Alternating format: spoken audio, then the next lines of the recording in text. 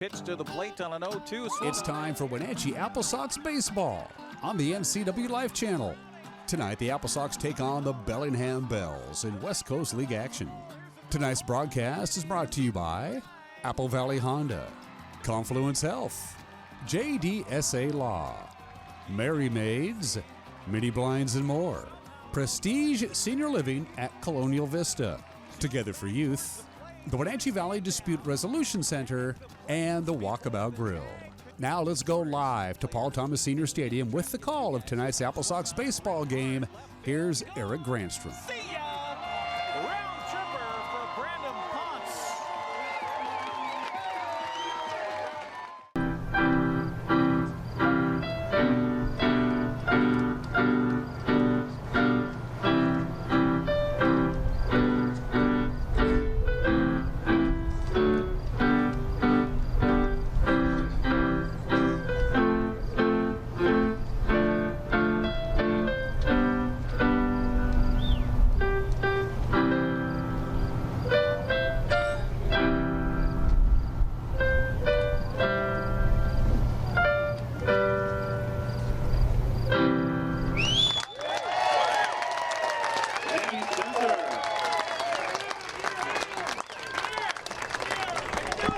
Well, you don't get that every day, and great job by the young man on our national anthem on his keyboard here tonight. And, well, you don't get Christmas in July very often either, but it's happening here at the ballpark. Good evening to you, and welcome to the NCWLIFE Channel's live coverage of West Coast League baseball as the season winds down, and the AppleSox have the best record in the West Coast League. Along with Brandon Schmitten, I'm Eric Granstrom here on the NCWLIFE Channel. Brandon, playoff baseball is upon us. AppleSox can clinch tonight with a win and a Nanaimo loss, and so big things on the line for the AppleSox. Yeah, for sure, and it's always good to see playoff caliber baseball too. And we've done a couple playoff games, and it's just a different brand of baseball when that playoffs are on the line. And Bellingham has Wenatchee's number, honestly, the last several years, including winning that North Division Championship a season ago in August. Wenatchee advancing past the first round of the playoffs. They got to the second round, but then fell to Bellingham. So, not a lot of these guys were on that team a year ago, but they're looking for something, especially for the organization and for the fan base here for Wenatchee, a little payback. Right, and the coaching staff has a little bit of it too. So there's probably a little bit different pep talk tonight than there was in previous games. Absolutely. Gorgeous night here at the ballpark. Temperatures in the 80s. A little breeze blowing from left to right here at Paul Thomas Senior Stadium. Let's take a look at the lineups here for the Bellingham Bells. They come in with a record of 6-8. Now, they won the first half title, so they're already punched their ticket to the postseason. And because they are the first half winner, the way the league has it set up, they're the number one seed for the first round of the postseason tournament. They will start Coleman Schmidt in left field. He's batting first. Batting second, right fielder Max Hartman. Batting third will be center fielder Andrew Valdez. Batting cleanup, the first baseman Darryl Ruiz. Colton Bauer is batting fifth. He's the catcher. Ty Saunders is the shortstop. He'll bat sixth. Batting seventh is Nate Kirkpatrick. He's the third baseman. Batting eighth will be the DH Garner Christensen, and batting ninth will be Cole Yoshida, the second baseman. They will face Wenatchee's Felix Schlade, and look at that. We had him a week ago in our last broadcast. A 6'6", 245-pound sophomore from Central Arizona, still looking for his first win of the season. This will be his third start. He's gone 5 2/3, has a 1.58 earned run average. Big, tall right-hander on the mound for the Wenatchee AppleSox, getting the start here tonight as we are ready for baseball on the NCWLIFE Channel. And the first pitch by Schlade is on the way, and it's right down the middle for a called strike. 0-1 to count. And Brandon Schmitten, I know you're happy about those first pitch strikes. You bet I am. I was just about ready to say that. First pitch strike. Coleman Schmidt in there. He's batting .226 on the summer for the Bells. This pitch misses high for a ball. Evens the count to Schmidt at 1 ball and 1 strike. Again, Bellingham in the second half at 6-8. They're 26-15 overall. They won 20 games to start the season in the first half. That's why they won the first half title. This pitch swung on and lipped down the right field line, and that's going to be a fair ball and a base hit. So a leadoff single for Schmidt to start the ball game for Bellingham. I like the way that he got out of the box there and made that right fielder work too, because a lot of times kids will come down the line and just dog it knowing that they got a base hit because they see the big leaguers do it, and puts no pressure on outfielders. But he definitely put some pressure on him there and made him have a good throw, and I like seeing that. First man aboard here for the Bells brings up Max Hartman, and the first pitch he swings and rips it to the right field, but right at the right fielder Carson Oland out there. So a line out to right for the first out, and a couple of well-struck balls. So they're seeing Mr. Schlade here pretty good in the first few yes, pitches. They are. Yeah, that ball was hit really well. Positioned him perfectly right there. Yeah, credit to the coaching staff yes. there, right? Yeah. So 1 on and 1 down here for the Bells, and they're part of the first. Andrew Valdez will now step up. Center fielder batting .303 on the summer for the Bellingham Bells. And the first pitch to him on the way by Schlade is high and inside. The runner from first goes. The throw down to second base will skip off the glove of Frankie Carney and be collected out there by shortstop Sebastian David. So a stolen base for Coleman Schmidt puts a runner in scoring position here for Bellingham, with 1 down in the first and a count 1-0 on Andrew Valdez. Valdez back in the right-handed batter's box, and a look by Schlade out at second. The pitch on the way, swung on and fouled away on the first base side. So the count goes to 1-1 on Valdez. 6'1", 205-pound senior from Fresno Pacific. Bells again coming in with a record of 6-8 on the second half, 26-15 overall. They are already have punched their ticket for the postseason with the first half division title. This pitch is a fastball on the outside corner and a called strike by our home plate umpire Tom Purchase. He's assisted by Dave Richardson out there on the base pass. Richardson right now out there behind the mound. So 1-2 the count to Andrew Valdez with 1 down and 1 aboard here for the Bells, and they're part of the first. The pitch is swung on and missed, and a strikeout. So the first strikeout of the ball game comes for the second out here in the first for the Bells. Good pitch by Felix Schlade, and that'll bring up Daryl Ruiz. Ruiz, first baseman for Bellingham, 6 foot, 195-pound senior out of Cal State San Bernardino. He'll step in the left-handed batter's box here for Bellingham, with that runner still in scoring position out there at second base. Schlade takes a peek, and the pitch on the way is a strike on the outside corner. Another good pitch for Felix Schlade. So he gave up a leadoff single to Coleman Schmidt, who's out there at second base now, but then a line out to Hartman, a strikeout to Valdez, and 0-1 the count here to Ruiz. Schlade ready, and the pitch is a curveball. Strike 2 called by home plate umpire Tom Purchase. So Schlade quickly ahead of the count against Ruiz, trying to keep that runner stranded out there at second base for the Bells, and they're part of the first. Scoreless so far here in Wenatchee on a blustery night to the ballpark. Wind blowing left to right. Schlade checks the runner. The pitch on the way is strike 3 called. Gone looking is Ruiz for the out, and that'll retire the side. Bellingham gets a man aboard and leaves him stranded out there at second base. Nice stop by Schlade to strike out the final 2 batters he faces. We'll head to the bottom of the first, and apologies for losing some audio there. We had a battery shortage, but we're back, and you're back, and we'll be back right after this time out here on the NCWLIFE Channel.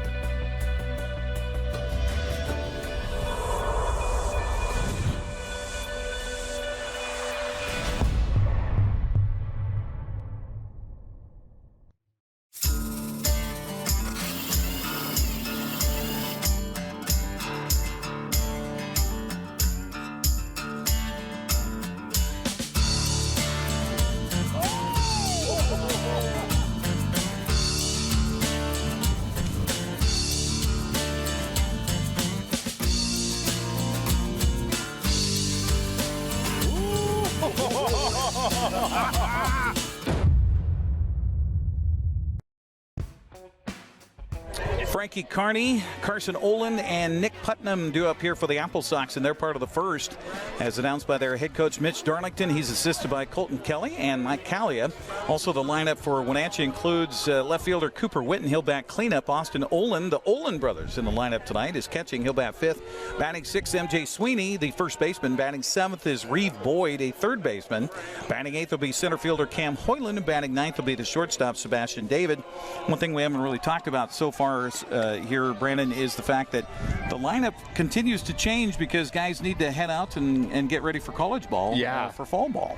Yeah, and you were just talking about people having to head out for college ball, but then yet we also talked about Brandon Ponce and how he's taken a little break. A little sabbatical. Yeah. And like he did last year, he was gone for the last week of the season, but then came back for the postseason. So we're hoping that's the case again here for the Wenatchee AppleSox. As Wenatchee heads to the plate for the first time here tonight, Frankie Carney leads it off. He's batting .350 on the summer. Carney with 12 ribbies. He's got 1 home run and 6 doubles. 1 triple on the season. He's also a threat to steal the base when he gets on there with 5 stolen bases. A pitch to him is a strike on the outside corner, 0-1 to count. AppleSox batters are facing Daniel Parrott, a 6'4", 200-pound senior out of Stetson University. He's got a 2-2 record with a 3.85 earned run average. This is his 7th start of the summer. This pitch misses high and inside for ball 1. 1-1 to count to Carney. 19 2/3 innings pitched for Mr. Parrott so far. He's got 39 strikeouts, 15 walks. That's pretty good strikeout to walk Those are pretty good numbers right there. 1-1 the count to Carney, and the left-hander's delivery is a fastball low. And you're watching him warm up, and he didn't show any of that zip in his warm-up tosses. I was saying he's going to be more of a Jamie Moyer kind of guy, like put a curveball in here, a changeup there, and then blow past a guy with a 72-mile-an-hour fastball. 2-1 pitch is fouled off just above our heads, and so the count evens here at 2 balls and 2 strikes. We should mention our broadcast location is here on top of the dugout on the AppleSox side of the field, on the third base dugout. And we're back here, even though that behind home plate was available tonight. Brandon, I'm rather superstitious. We broke the curse of the NCWLIFE Channel last week with a win on Monday, so we're doing the same thing. We're in our same location. I'm wearing the same clothes. Yep. Now you changed your shirt. I changed my, now, top. If we lose, you know it's on you. Well, if we're down, I'll throw on my sweatshirt that I was wearing that you had on in the latter part of the game. Gotcha. This pitch swung on a chop back over the mound, and this is going to drop in. The third baseman fields and throws, not in time. Frankie Carney, way too fast, an infield single for the AppleSox. Speed right there. Than what a right-handed hitter sometimes would. If you could, we saw Ichiro, how many times did he get those infield singles out of the left-handed batter's box? Yeah. And hit the plate with a ball. Mm-hmm. And you hit the plate with a ball, you're going to get a funky bounce out of it. Yeah. And that's exactly what happened there. Yes, that is true. Carson Olin will step up. Congratulations to Carson, the Moss Adams Player of the Week for the West Coast League last week. Had a fantastic week for the AppleSox. Pitch here to the plate, swung on and hit the opposite way to right field, but right at the right. Oh, goes over his head. Carney was retreating back to the bag. Now you got Olin kind of caught between first and second. Everybody's going to be safe on a double for Olin. Yeah, that right fielder's looking right into the sun. And that ball was hit well and kept on traveling, yeah, too. Yeah, it did. The wind's blowing out that direction, so maybe a little help from the breeze here tonight. So the AppleSox in business here early. Boy, Wenatchee's been scoring a lot of runs lately. They came in to the game tonight after scoring 11 runs on Sunday as they swept aside Nanaimo over the weekend. They scored 10 runs on Saturday. So Wenatchee certainly knows about the offense, and the guy up now is the probably best producer on the ball club, batting .415 on the summer, Nick Putnam. He'll take the first pitch low for a ball.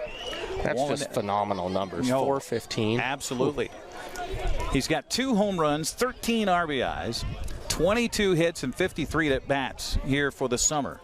Love for your college player to put a summer together like that. This pitch is taken, but it's a strike call. A little low strike for the home plate umpire, Tom Purchase. Evens the count to Putnam at 1-1. The redshirt freshman out of UC Santa Barbara, 6'6", 195. We got a good basketball team, I think, for the AppleSox. him and our first baseman being 6'7", and pitcher being 6'4". Yeah, this pitch misses low to Putnam in the count 2-1. And I would think that Frankie Carney would be a good little point guard too. Yes. Yeah, he'd be the one to distribute the ball. He's over at third base after a leadoff single, and then the double followed by Carson Olin. Now Nick Putnam with a count in his favor at 2 balls and a strike, and the pitch swung on and a broken bat. This is going to be an interesting play for the second baseman. In fact, the right fielder should have called for it. He does it, and the ball falls in, and a run's going to score. Yeah, so much easier to catch a ball, as you said, coming in than going back. That was a tough play by that second baseman, and right fielder should have called him off give there. Yoshida the credit for trying, but with the wind here tonight, as you hear whip through our microphones here at the ballpark, that should have absolutely been Max Hartman's ball all the way. It'll fall in as a base hit and an RBI. Nobody touched it. And as a pitcher, that's your worst nightmare. Absolutely. You know that ball should have been caught. Absolutely. And keep everybody right where they were at second and third, but instead a run is in. Wenatchee leads at 1-0, and now runners on the corners for Cooper Witten. Pitch to Witten is a strike on the inside corner. 0-1 to count to the sophomore out of the University of Washington, batting .250, 6'3", 200-pounder.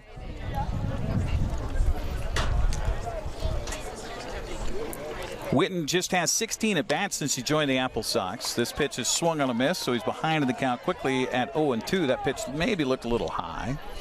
And we were discussing that pre-broadcast. There's another, who's the other guy that's in our lineup tonight that we were talking about that was Hoyland? Yeah, Cam Hoyland. Hoyland On a 10-day contract to start the season. And so he's back. He's back joining after some holes developed in the lineup. The guy's having to go back home and get ready for college. Pitch is swung on and fouled away by Witten. Stays alive in the count at 0-2. Big gap if he can go the opposite way to the right side of the infield, with the first baseman holding the runner at first on. Second baseman Yoshida is kind of playing towards the bag at second, so there's a big gap over there. This pitch swung on, and good. How about finding a gap in center field for an RBI single? Beautifully struck ball by Witten. Give him an RBI. And for Witten, since he joined the AppleSox, that is his fifth RBI since joining the club. Olin comes home to score. That would be the Carson variety of the Olin brothers. Putnam winds up down at second base, and Wenatchee still without an out will bring in catcher Austin Olin to bat. Catcher number 7, Austin Olin. Olin's actually the older of the two brothers here for the AppleSox. Senior out of Central Washington, 6'1", 210-pounder, steps up with a .230 batting average, and the pitch to him is taken for a strike, 0-1. Well, good start if you're Wenatchee. For sure, yeah. And as for the pitcher, he's had, a couple balls hit well. Yeah. One of them should have been caught in right field. Right. Another one dink, and it's just unfortunate as a pitcher. Swing and a miss here. To have, again, as we've talked about many a times, how baseball is unfair. Yeah. For the AppleSox, all the hits go down as line drives. Yes. Doesn't matter. 0-2 count to Olin here with runners at first and second. 2 runs in for the AppleSox. Pitch swung on and fouled away. Stays alive. And the count remains at 0-2. MJ Sweeney waiting on deck. We're talking about this on the TV station today. If the season were to end today, Wenatchee would have the number 2 seed heading into the first round of the playoffs. It changes when you get to the second round of the playoffs because of overall records. But for the first round, Wenatchee would have the number 2 seed. This pitch is a check swing, and it hits the dirt, and good job by the catcher, Colton Bauer, to keep that in front of him. The count goes to a ball and 2 strikes on Austin Olin. So there's 4 teams from each division going? 4 teams from each division, so you got 2 winners. So you got the first half winner and the second half winner in the each division. So Bellingham won the first half, so they're the number 1 seed for the first round of the playoffs. Pitch here is swung on and hit foul. Count remains at a ball and 2 strikes here on Austin Olin. The other 2 teams right now, if it were to end today, even before this game is decided, would be Victoria and Kelowna. They would be number 3 and number 4 based on overall records. So they would get in. And the first round of the playoffs is a best of 3, and then it goes to a championship and a championship. We'll describe how that works as we continue through the night. This pitch swung on the ground to the shortstop. Kind of an Ole play for the base runner, and they do conclude the double play. Meanwhile, down to third goes Putnam. That was a nice play right there. They make it look a lot easier than what that should have been, honestly. So 6-4-3 on the double play. Around the horn it goes, and just exactly what Daniel Parrott, the pitcher, needed at that juncture after 2 runs come in and not a lot of hard hit balls here for the AppleSox. MJ Sweeney steps in. Freshman out of the University of Texas, Austin, 6'7", 245. Now we're talking football size here. Or your center on the basketball team. Pitch here is a fastball across the knees for a strike. 0-1 the count. And there's a lot of room between his knees and his shoulders, gang, so that's a pretty big strike zone. Yes, that is. 0-1 the count to Sweeney. Pitch on the way is a curveball in there for a strike, 2. And the count 0-2. Well, I'll give Parrott credit. He's throwing strikes. Yes, and he's battling, too. Pretty easy to get dejected early. Oh, yeah, absolutely. The 0-2 pitch by Parrott swung on a fly ball to right center. And this is going to drop down. No, it goes out of the glove. Out of the glove. Oh, they're going to say it's an out? And that was a great play. Oh, okay, I saw the wrist. The right wrist is all covered in tape, so it was white. So I saw the white, and I thought the ball came out of his glove. But a great diving play by Max Hartman. So put a star next to that one as the right fielder is able to stretch out to make the final out.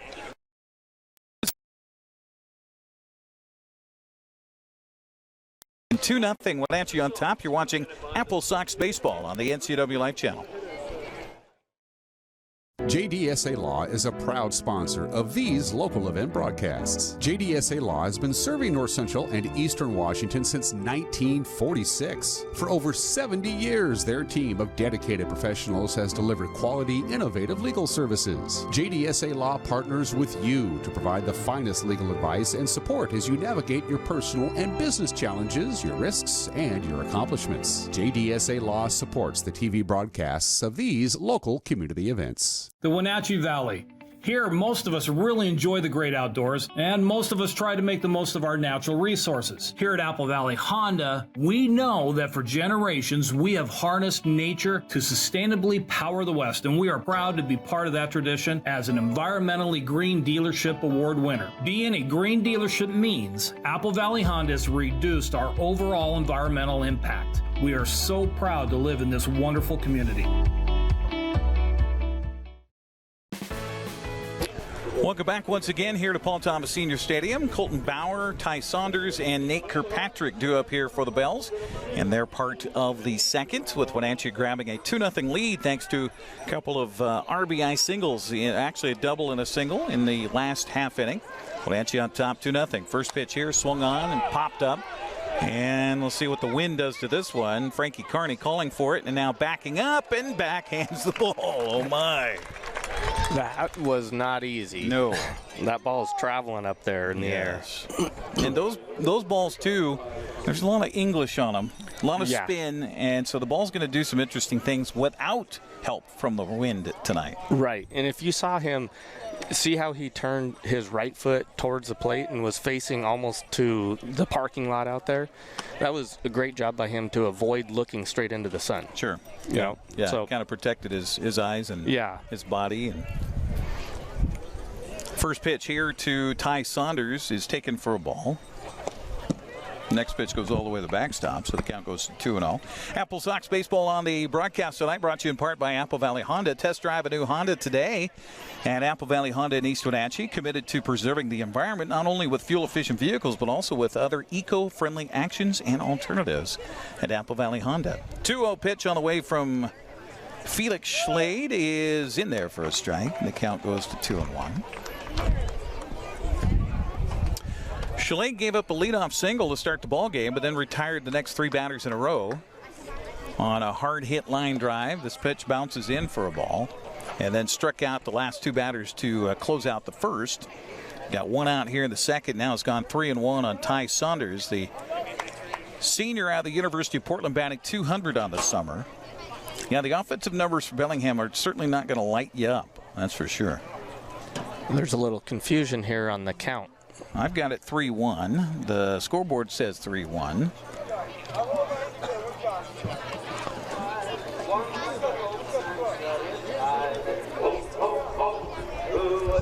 So, okay. Home plate umpire had, I think he said he had it as 2-1. We'll take that. Yeah, so would Schlade out there. Yeah. Wow. They still have 3-1 on the scoreboard. And the official scorebook is upstairs, so yeah, they're going to go with that one. Absolutely. Pitch here swung on, and that'll be strike 2. I know that. Yep. I'll have to bring up the game on Point Streak here. See what they're telling us. Scoreboard. Go to westcoastleague.com, by the way. You can get the stats and all of the pertinent information about the game on Point Streak. This pitch is swung on, a little bloop single to left field for Ty Saunders. Good at bat for Saunders. Yes, it was. Sounded like a broken bat there, but goes down in the scorebook as a line That's drive. right. We like those line drives. So one out here in the second with one on, brings up third baseman Nate Kirkpatrick. Kirkpatrick batting .220, the sophomore out of St. Mary's. 5'11", 190-pounder will step into the right-handed batter's box. Schlade working from the stretch. The pitch is an off-speed pitch missing high for ball 1. So we're talking about the postseason and the AppleSox potential. So the Sox basically, if they win tonight and Nanaimo loses, Wenatchee's into the playoffs as one of the top 4 seeds. They won't be the number 1 seed no matter what, because Bellingham already has that one. This pitch fouled off by Kirkpatrick, and the count goes even at 1 ball and 1 strike. So Wenatchee can be as high as the number 2 seed and would have to really fall apart in the next 2 weeks to fall down below that. Yeah. Well, and to not make the playoffs, because how many games remain on the they'll schedule? have, I think it's, well, let's see, we got 5 at home after tonight, and then they play 6 more on the road, so 11 games left. The runner for first goes, the pitch swung on, and a line drive to left field. Rounding second, the runner's going to take a turn there, but then head back to the bag. That ball scooted out to Cooper Witten out there pretty quickly, so back-to-back base hits here for Bellingham, puts runners at first and second. That'll bring up the DH Garner Christensen. With as well as that, the runner at second base had a jump on that, and that pitch did not look like a ball to hit real well. He ended up hitting it well. I would assume that was a hit and run. Just to protect the runner there. It turned out nicely for the Bells. Runners at first and second as Christensen steps up, batting just 148 on the summer, and the first pitch to him misses for ball 1. Christensen, a sophomore at a San Joaquin Delta, another one of those schools that we never heard of before tonight. He's 6 feet 1 inches, 175 pounds, in the left-handed batter's box. Schlade's pitch to him is a fastball in for a strike, and the count evens to Christensen at 1 ball and 1 strike. And as we had talked about earlier, before the broadcast again, Bellingham went on a tear early in the year, and then they've kind of took their foot off the gas. Yeah, they have. But they've already secured the number 1 seed. Yeah, by winning the first half title, Bellingham already secured themselves the number 1 seed for the first round of the postseason. Then it changes. After the first round, you have the highest remaining seed with home field advantage. So, say, for example, Wenatchee and Bellingham both advance past the first round, which is a best-of-3 series. So Wenatchee would play Victoria if it were to end right now. Mm-hmm. Wenatchee would play Victoria. Bellingham would play Kelowna. If both those teams advance, and Wenatchee finishes, right now Wenatchee has the best overall record in the West Coast League. Wenatchee would add home field advantage against the Bells. Well, actually, it wouldn't be home field advantage. It would be a home game for the North Championship. So once they play the best of 3, then it's a North Division Championship game, and then the West Coast League Championship game. Boop, that's it. It's over. Okay. Swing and a miss here, and the count goes to a ball and 2 strikes on Christensen. Hope that makes sense. So it's a best of 3 for the first round for the wild cards and the division, the winners of the divisions, and then it goes to the North Division Championship, and then the winner from that plays the winner of the South Division Championship for the entire league championship, just a one game. At the best schedule. At the best schedule. So Wenatchee, if they finish with the best overall schedule like they have right now in the West Coast League, they would have, if they get past the first round, they would have home field again they would play the North Division title here. And then if they win that, they would play the West Coast League championship game here in Wenatchee. So very important last couple weeks of the season here for the Wenatchee AppleSox. So a one-out walk loads the bases here for Bellingham. Saunders winds up at third, Kirkpatrick at second, Christensen at first, and now Cole Yoshida steps up, and the first pitch to him is line foul over the first base dugout to the count 0-1 on Yoshida. Junior out of Fresno Pacific, batting .248 on the summer. 6'1", 175-pound junior.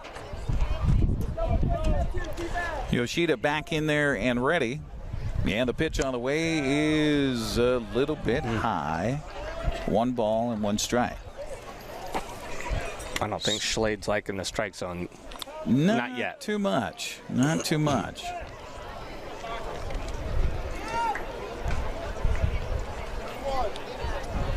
The 1-1 pitch by Schlade is low for ball 2.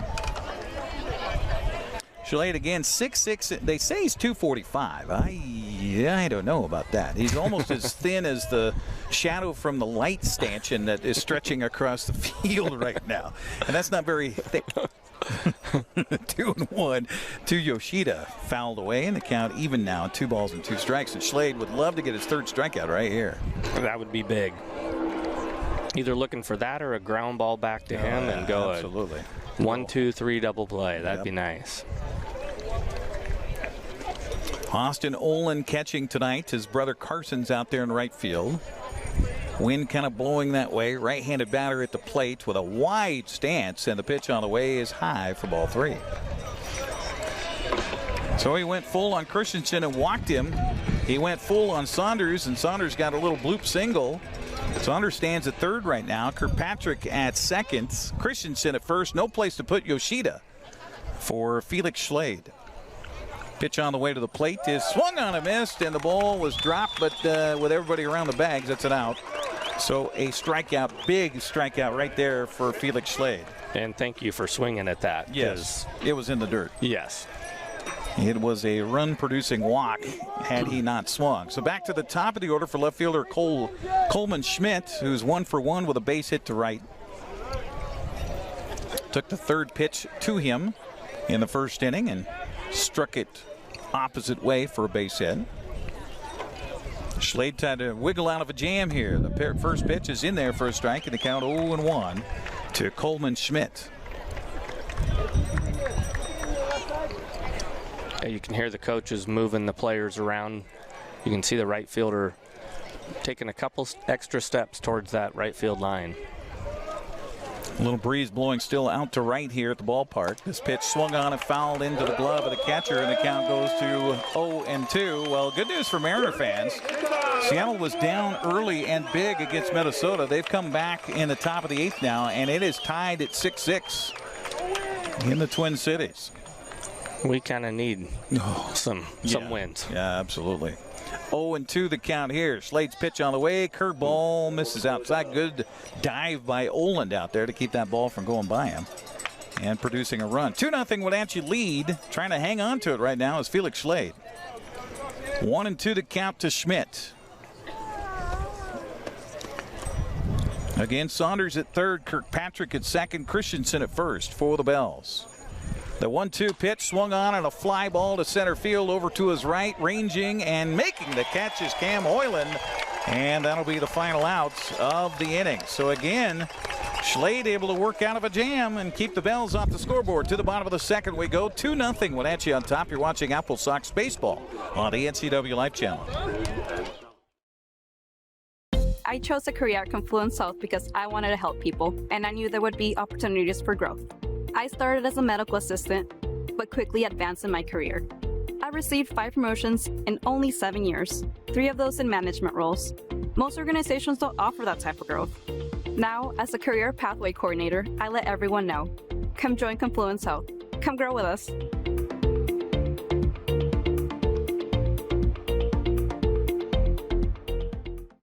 Dear Mary Maids, just got home from a trade show and I didn't have time to pick up the house. Kids made chili. Jeff did a mud run. Oh, and Winston shredded Teddy's bed. Again, please clean it the best you can. Oh, except for the statue Max made for me. Thanks, Abby. Hi, Abby. Clean kitchen, clean bath, clean floor, naughty cat. Poor Teddy. The statue is precious. You should keep it forever. See you next time, Mary Maids. AppleSox baseball on the NCWLIFE Channel, brought to you in part by Confluence Health. High-quality care close to home. Confluence Health, dedicated to improving their patients' health with safe, high-quality care in 12 communities. Also by JDSA Law, a full-service law firm committed to your journey for life. JDSA Law. It is Christmas in July, Part 2. They tried it earlier in July and had kind of a snafu with tickets. So they're trying it again here tonight. Bring a canned food to the ballpark, and you can get in for free. That's a good free deal. Is a good word. Plus, it's $2 Tuesday, so you get $2 off your admission if you want to pay. You get $2 off a hot dog, $2 off a burger, $2 off a Coors Light here at the ballpark. So come enjoy some baseball on a Tuesday. So Reeve Boyd steps up, and the first pitch to him is taken for a strike. 0-1 to count here to Reeve. Freshman out of Oregon State, stands 6'1", 180 pounds, batting .240 on the summer for the AppleSox. The 0-1 pitch is low. Ball one. So good news for Mariner fans. How about the Mariners coming back as they'll head to the bottom of the 8th in Minnesota after trailing at 5, I think it was 5-0 early in that game. This pitch swung on the ground to the shortstop. Over to his right, the throw is wide and safe at first is Reeve Boyd. I don't know, even if he gets that throw right on the money, if he's going to get that there in time. Yeah. Are you going to give him an error? I'm giving him an error on You're going to go E6 on that. Yeah. So does the scoreboard. Okay, good. Okay. Good. Because last game, you guys overcorrected me. A little bit, yeah, we did. So that'll bring up Cam Hoyland, the center fielder for the AppleSox. And the first pitch he takes for a ball. 1-0 the count. Again, Cam back with Wenatchee after being on a 10-day contract to start the season while other guys were still playing college ball. It was kind of a fill-in. But apparently with Coach Darlington, he played well. He liked him, and so now that Wenatchee's got some holes in their lineup with guys going back to school, gave Cam a call and said, hey, you want to come play some more ball? And so Cam was available, so he said, sure, absolutely. And what a great opportunity for these kids. We've talked about that many a times, like how kids are just able to come out here and play. Cam being on, maybe he's on another 10-day contract or what it may be, but what a great opportunity for. Heck yeah. And then you join a club that you helped start their season, and now they're the best record team in the whole league. Right. So, yeah, how fun would that be? 1-2 the count here to Hoyland. He's a 6'2", 190-pound junior out of Cal Poly San Luis Obispo. That's a mouthful. That is a mouthful. Cal Poly SLO, if you will. 1-2 the count to him, and the pitch on the way is swung on and fouled back. Nice job by Hoyland to stay alive. AppleSox second inning in a row here. They've got the leadoff man aboard. Scored 2 in the last frame, and that's where we stand at 2-0 Wenatchee. Hoyland back in the left-handed batter's box as Daniel Parrott looks into Colton Bauer for the sign, checks the runner at first. Squinting into the sunshine is the runner and the first baseman over there. And this pitch bounces in. The runner from first goes. Throw is plenty of time and out. At second is Reeve Boyd as the count evens to Hoyland at 2-2. He was reading that ball in the dirt, and unfortunately that didn't bounce away at all for him. Great job by the catcher. So that'll be the first out. Boyd out, caught stealing at second base. And this pitch swung on and hit past the second baseman into right field. So that hurts Wenatchee as you'd have 2 runners aboard had Boyd not been caught stealing. Well struck ball by Hoyland off the bat. And that'll bring up the number 9 hitter for Wenatchee, shortstop Sebastian David. Yeah, and that was good at bat by he was Cam. behind 0-2 and fought back even 2-2 and then gets a base hit out of it. So Cam Hoyland aboard with 1 down now for Wenatchee. As David steps up, freshman out of Stanford, takes the first pitch for a ball, 1-0 the count. And we talked about that. What a chance and what a fun way to mix your summer collegiate baseball, to have these Division I guys out here playing with local, community college kids. Yeah, and even some high school kids that just graduated from high school. Right. It's what a great league. Yeah. 1-1 the count to David as he swung and fouled at the next pitch back. David batting 194 in his limited play for the AppleSox. Joined the club late this summer. Pitch on the way to him by Parrott is high, and the count goes to 2-1. Mentioned after tonight, Wenatchee will host Bellingham the next 2 nights here at Paul Thomas. And we'll be back here on Friday. Yeah. With Edmonton coming into town. 2-1. The swing and miss here evens the count at 2 balls and 2 strikes. And then got a nice call from the owner, Jose Oglesby, here last week. And if you've never met Jose, he's here at the ballpark most nights when you come out here. Get a chance to talk to foul ball here, goes off the catcher, so staying alive is David. Count remains at 2 balls and 2 strikes. But this guy is a baseball nut. Just the kind of guy you want as an owner of a baseball team, as a guy who's a baseball nut. But he called me up. He says, Eric, I just wanted to give you the invitation to broadcast postseason. And I said, oh, yeah, that's fantastic. We would love to do that. When is it? Well, and it's a potential for 4 or 5 games, right? Yeah. Potential for, it could be 4 games here at Paul Thomas Senior Stadium. The runner from first goes. The pitch swung on and fouled away, and this will go out of play. That hit the bare hand of a patron here at the ballpark, and that never feels good. No. Could have put down that cell phone and maybe had a better chance, but... You got to save the cell phone. What are you talking about? Dad of teenagers.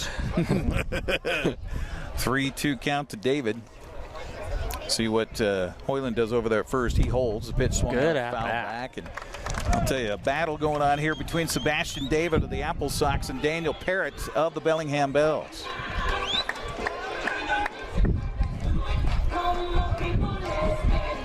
Back in 2000, the very first game in AppleSox history was played against Bellingham at Joe Martin Field. Pitch here is strike 3 called. Oh, my. David thought it was ball 4 inside, but no, he's rung up looking for the second out. Back to the top of the order for Wenatchee for second baseman Frankie Carney. But Wenatchee on the road in Bellingham, first game in team history. They pull out a 2-1 victory. And people were asking me, because I was calling the games on the radio then, they said, what's your home run call going to be? And I said, I have no idea. I'm not going to prepare for that. Nope, no clue. And the interesting thing about that is that even though I'd been doing play-by-play sports for a long time before the AppleSox started, is that I'd never called a baseball game before. So really? To prepare for the AppleSox season that summer, I did a couple of softball games in Quincy. Which prepared me a little bit. Our sister station in Quincy at the time, KWNC, broadcast Quincy sports, and so I did a couple of Quincy softball games. Pitch misses high to And Carney. Were there any home runs in that game? There were no home runs, so I didn't get a chance to prepare on any kind of a home run call. So as it would happen on that night in Bellingham 23 years ago, in early June, the AppleSox would get a home run and win the game. I think it was 2-1. I might be wrong. It may have been 3-1 was the final score. But I said, see ya. It's a well-hit ball deep to right center field, and see ya. It's a home run. And I had no idea that there was already a guy in professional baseball that called a home run that way. I had no clue. Because that was kind of a thing that I had said a lot growing up, and just not even in reference to the home run. It was just, see ya. See yeah. ya, you know. Yeah. And that rolled out of my mouth, and come to find out, was it patented? It's Michael. I don't think it's. Okay. I don't think it's patented. But Michael Kay for the Yes Network, the Yankees broadcaster, says "see ya." So I had no idea, and I hate the Yankees. And the fact that I said something that a Yankee broadcaster would say to this day drives me nuts. I would have thought you would have said "my oh my." No. You can't do that. No. I mean, that should be trademarked. It should be. Mr. Niehaus. 3-1 to count here to Frankie Carney. And the pitch on the way, swung on and grounded to the right side. That's going to get in for a base hit. Rounding second, heading for third is Boyd. And runners on the corners with 2 down for Wenatchee on the second hit of the night by Frankie Carney. Now, I think that was a full count there, wasn't it? Or am I Scoreboard mistaken? said 3-1. Yeah, because runner was going on that. I think it was a full count. Okay. I may be incorrect. I'll go with you on that. Yeah. Sure. I'm busy yapping about saying see ya. So runners on the corners for the AppleSox brings up Carson Olin, who already has a double tonight and scored one of Wenatchee's 2 runs in the first. We're in the second with 2 down and 2 aboard. And the pitch by Parrott is good jump. Low. The throw down to second base, not in time. We got a little gamesmanship here going on. The runner from third caught down on a rundown now, as he will stop and then back out of the bummer. The runner's box, and that'll be an out recorded. So the out recorded. So Olin will be up when we go to the third. Meanwhile, gunned down is Cam Hoyland for the final out. So that'll go 2, 4, 2, 5. And that will be it. Caught stealing is Cam Hoyland for the final out here of the inning. We'll head to the third inning of play. Wenatchee on top 2-0. Thanks for joining us for AppleSox Baseball on the NCWLIFE Channel.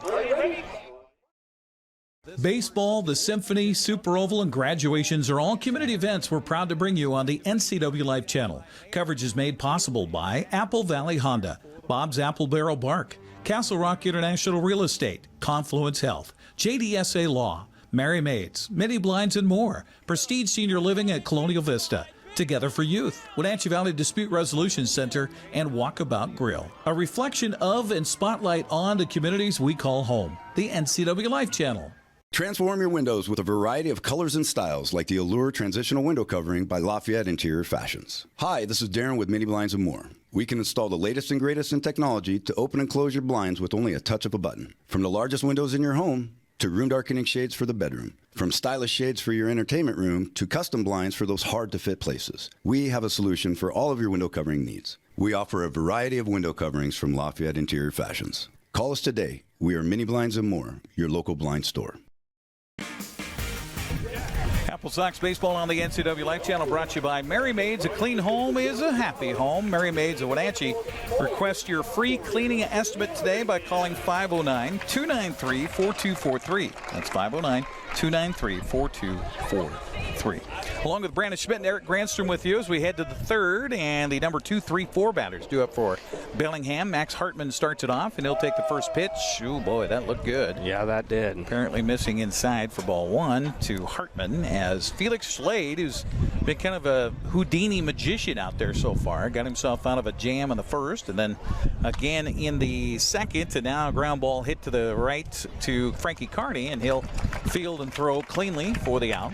Nice job by Carney, and good footwork there. Got his body in front of it and surrounded the ball before he picked it up with a glove. Yeah, and he, I think, double pumped there because I don't think the first baseman was there in time. Quite there, yeah. Yes. MJ Sweeney over at first base for the AppleSox. He is a big target over there. I just honestly don't know how much first base he's played here this summer for Wenatchee. Yeah, being 6'7", that's a spot he's going to find himself a lot. Absolutely.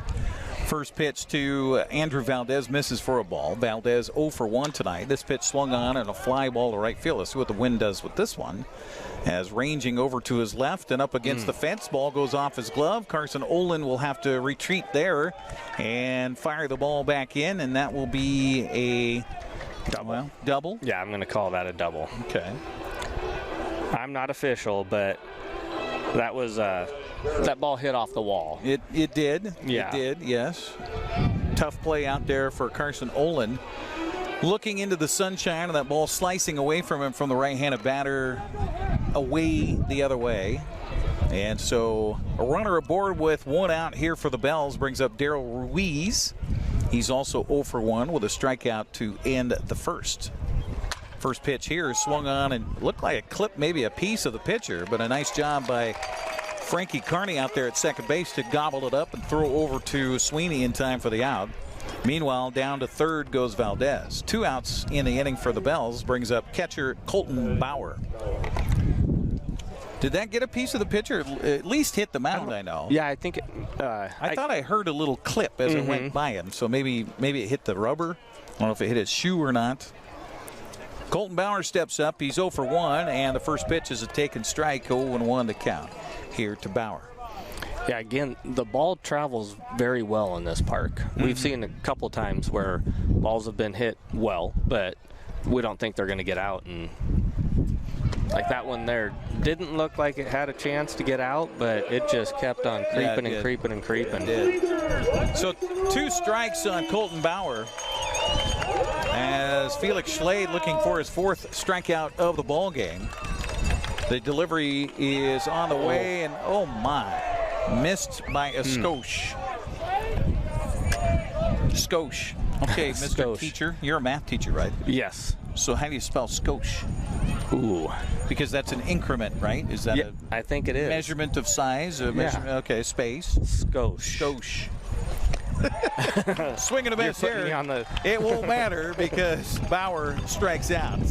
And that is the 4th strikeout of the ball game for Felix Schlade, and we'll head to the bottom of the 3rd inning with Wenatchee leading it 2-0 on a windy night suddenly here at the ballpark. You're watching AppleSox Baseball on the NCWLIFE Channel. Are you caught in a conflict with a family member, in the workplace, or with a neighbor or business? Wenatchee Valley Dispute Resolution Center provides mediation services, a cost-effective and efficient way to provide a written resolution to disputes and issues. Plus, we offer mediation training and community education on topics like conflict resolution and communication skills. Contact us at 509-888-0957 or www.wvdrc.org to learn more. I have no idea what I'm doing. That's why we need you. We need people to run camera so I can get back down on the broadcast and talk about what's going on. We pay $75 per event. If it's sports, if it's a parade, if it's Apple Blossom, if it's a Super Oval, $75. If that sounds like some extra good money for you, we'd love you to be part of our team. All you have to do is email me, sports@ncwlife.com. sports@ncwlife.com. In the meantime, I got to go figure out this camera. Carson Olin, Nick Putnam, and Cooper Witten do up for the AppleSox in their part of the 3rd. Our broadcast tonight on the NCWLIFE Channel brought to you by Mini Blinds and More. They specialize in custom blinds, shades, draperies, exterior awnings, exterior sunscreens, unmatched customer service at Mini Blinds and More. Along with Brandon Schmitten, Eric Granstrom with you on the NCWLIFE Channel. Wenatchee up 2-0 on the basis of a couple of RBIs back in the first inning. RBI single by Nick Putnam and an RBI single by Cooper Witten. Wenatchee had the first 4 men aboard in that frame. As Carson Olin will lead things off after a double back in the first. He was aboard, but he was actually not aboard. He was at the plate when Cam Hoyland got caught in a rundown between third and home to end the last half inning. So Olin back up to start it here in the 3rd. Pitch to him by Parrott is a check swing, misses in the dirt for a ball. Yeah, that was an unfortunate way to end that inning. But I see a lot of times it's told when if the ball gets past the pitcher as a runner at third base, go ahead and break, and he did, and unfortunately Bellingham outsmarted him. Didn't work out so well. Kind of like you outsmarted me with that trivia there. Skosh, S-K-O-S-H. Yes, we were debating on the spelling of Skosh, and Brandon looked it up during the break, and I didn't say it on the air, though. I said, I'm betting S-K-O-S-H. Yeah. Sure enough, it was. And I was, for some reason, thinking it'd be S-C-O-T something. Okay. S-C-O-T-S-C-H. So you're a math teacher. That's right. Not an English teacher. Okay. Well, I was thinking Scotia, like Nova Scotia. Yeah, sure. S-C-O-T-I-A. There you go. Okay. 3-1 to count here to Carson Olin. who scored one of Wenatchee's 2 runs back in that first frame for the AppleSox. Parrott ready, and the pitch on the way to the plate, high for ball four. Good at bat. And again, 3rd inning in a row, Wenatchee's got the leadoff man aboard. See if they could do something with it this time. Well, the Seattle Mariners have taken a lead in the top of the 9th inning for the 2nd night in a row. Eugenio Suarez doubled to score Cade Marlowe and Colton Wong. Those are household names, right? And Mariners lead at 8-6 in the top of the 9th inning in Minnesota. Of course, it was Colton Wong who came through with the 2-run home run last night at the top of the 9th to put the Mariners up, and then they lose it in the 10th. Yeah, and Murphy came up big for him, too, in that. He did. Yep. Tom Murphy had a double and a home run last night. I don't think he's in the lineup tonight. I think Big Dumper's back in there. Yep, Cal Raleigh. Cal Raleigh 2 for 4 tonight with a run and an RBI. Good night for Cal. Pitch misses high for a ball. 1-1 the count to Nick Putnam. Was able to plate Wenatchee's first run back in the first on an RBI bloop. Yeah. Miscommunication, we'll call it that, right? Yeah, miscommunication. 1-1 the count to him here. Parrott's going to toss over to the bag at first. That's a pretty interesting move there. He was looking home while he started to actually throw towards first base and then looked as he threw it. Yeah, and he had a lot of lower body twist on that, too. Pitch is high for ball 2. Exactly my thought as I saw him throw it to first. He kind of had a movement towards home, and I thought, that's almost balk-ish. Yeah. And there's the quandary for non-baseball fans, the balk. Yeah. What is a balk? And how do you tell what a balk is? This pitch is in there for a strike, evens the count to Putnam at 2-2. And basically, with a runner on base, if you make a movement towards home but then throw to the base, or if you deceive the runner, which isn't that the whole point of baseball? Ooh, look out! This foul ball goes into the AppleSox dugout.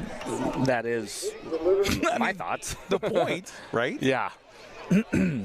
So now they put this into play since I've known it, but as a pitcher you have to pause too, so you have to come to a discernible pause.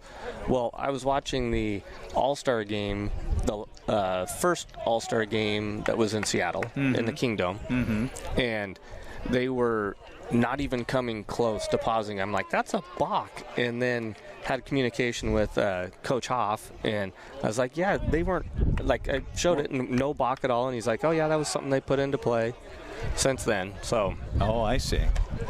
Pitch here misses high, so back-to-back walks given up here by Parrott to start the 3rd. We'll put runners at first and second for Cooper Witten. They have a right-hander up in the bullpen down there, and he's ready to go. Got the hat waved by the coach, and he's ready to go. So Parrott now in the ball game with 60 pitches, so he's thrown a lot just here in 2+ innings.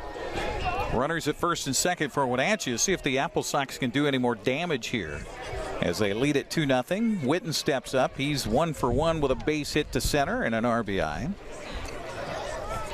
Witten ready. Parrott's ready. And the pitch on the way is in there for a strike. After seeing 2 straight walks in a row, good idea for Mr. Witten to take that first pitch. Yes. Yeah. And, you know, a lot of times in high school ball, this would be a great opportunity to have a guy sacrifice. Yeah, put the bunt down. But he is your number 4 hitter, so you really don't want to take the bat out of his hands. He's there for a reason. Swings and misses at the next pitch, 0-2 the count. He was behind 0-2 when he hit a base hit to center, well-struck ball back in the first. So he's behind in the count again. Now you maybe see if he chokes up a little bit. Doesn't look like he does much on that black stained bat.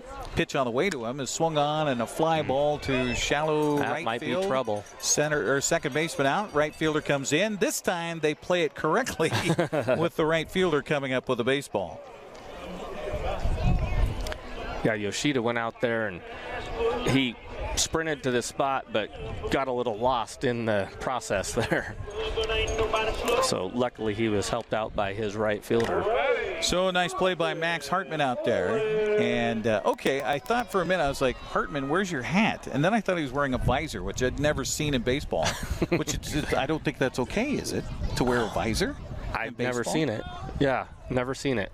We talk about the strangeness of the ball. That This ball's pitch, hit a well. well-hit ball to center field, backing up, though, and going to have some room out in that spacious outfield is Andrew Valdez. Meanwhile, tagging at second, heading for third is Olin on the play. So a fly out to center. It was struck well, but held up here in this cavernous ballpark. 408 out there in center field. There is a lot of room out here. Yeah. It doesn't travel very well to left field or center field here. Right field? Yes, it does. Yeah. Yes, it does. 2 down here and 2 on for the AppleSox. Runners on the corners for MJ Sweeney. We could use a big bomb out of him right now. Well, I'll tell you, he had a ball that was amazing catch for Hartman. This pitch swung on, popped up, foul. It's going to stay in foul territory, playable. Bummer. And that'll be a catch for Kirkpatrick, and so that'll be it for the AppleSox. As they get 2 aboard, they leave 2 men on. We will head to the 4th inning of play. Wenatchee up 2-0. Thanks for joining us for AppleSox Baseball on the NCWLIFE Channel. My name is Anna Marie. I've lived at Prestige here for 6.5 years, and I love it. They just made you feel so welcome. I love my room. I get 3 meals a day, do as I darn well want to. I've loved it ever since I moved in. Mom's a wonderful, wonderful lady. She deserved the very best, and I got it for her here at Prestige.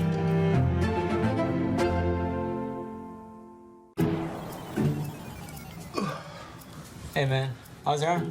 Getting better, actually, thanks. Did they give you anything for pain after surgery? Because I think I may have some left over. Nah, that's all right, man. Actually, me and my doctor talked about not sharing prescriptions, and that ibuprofen is a good option for me.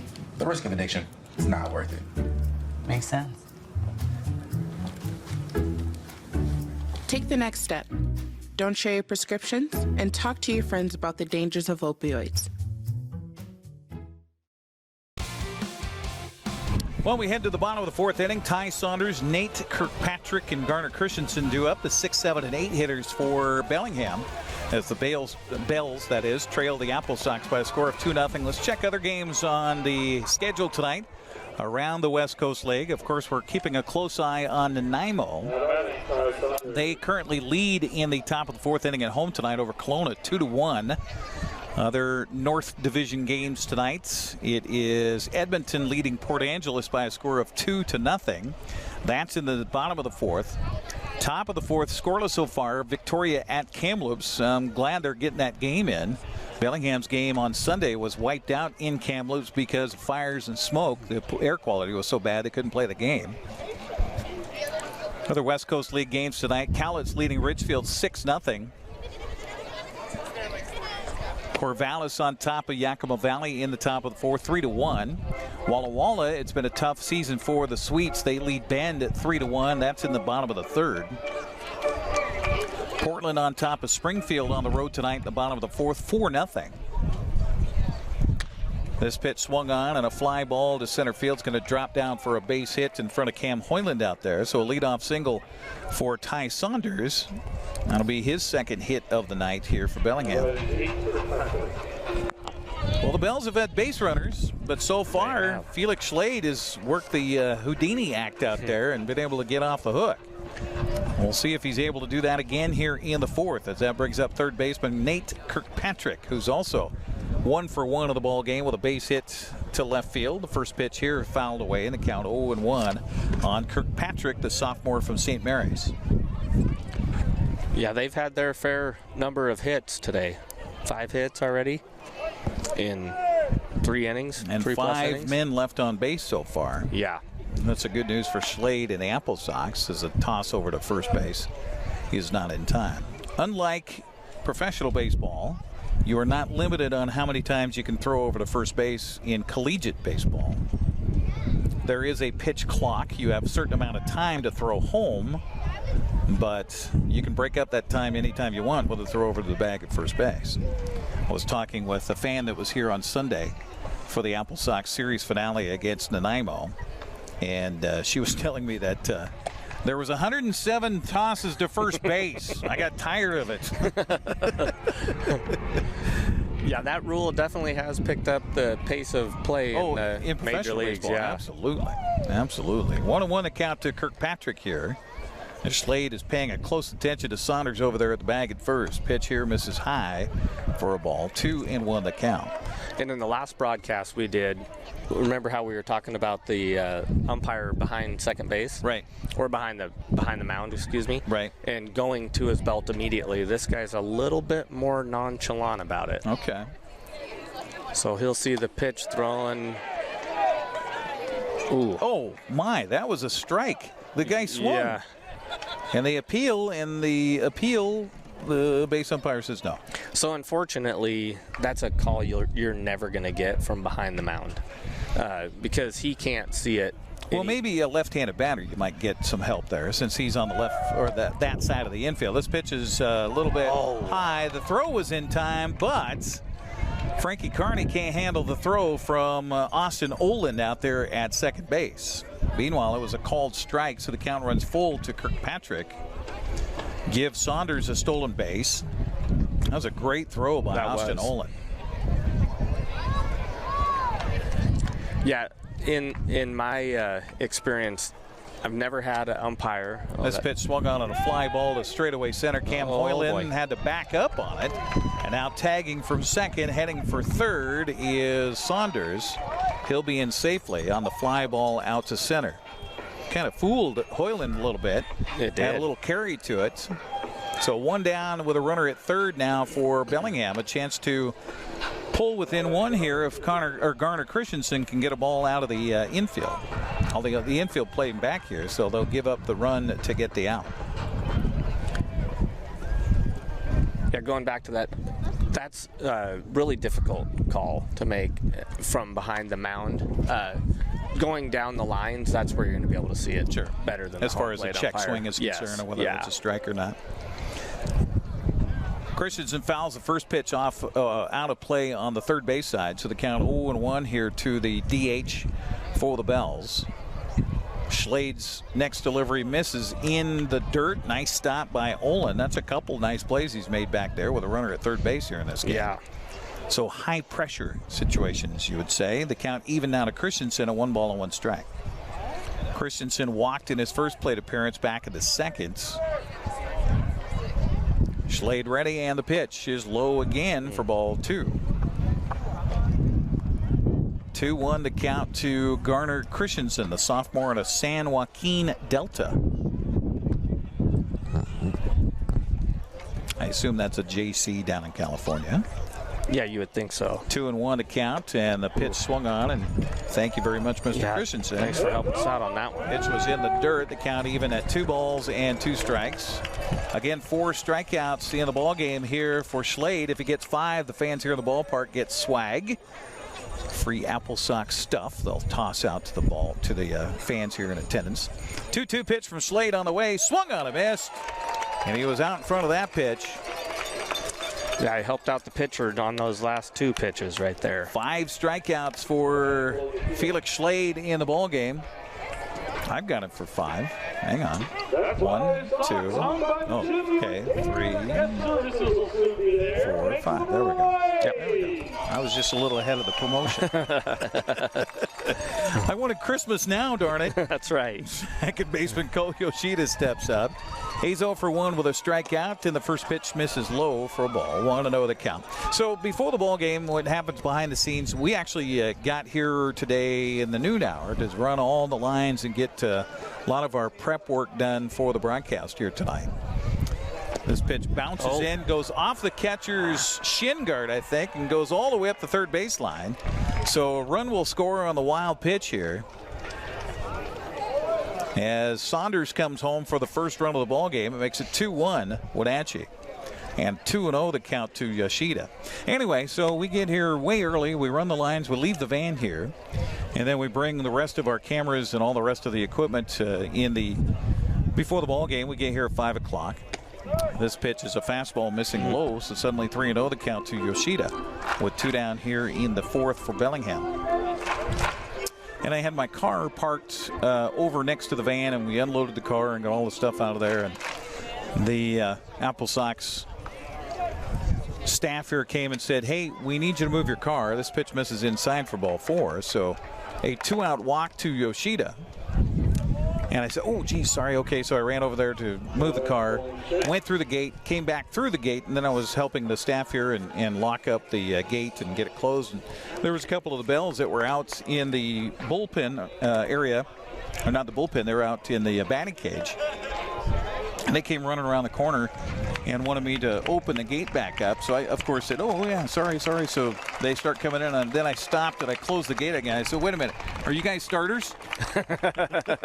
One of those was Cole Yoshida. He had a big smile on his face, and he says, yes, can you let us in? I said, well, okay, I'll do it this time. So we got a pitching change made on the mound, and as we'll get the new right armor to come in, we'll take a break and come back. You're watching AppleSox Baseball on the NCWLIFE Channel.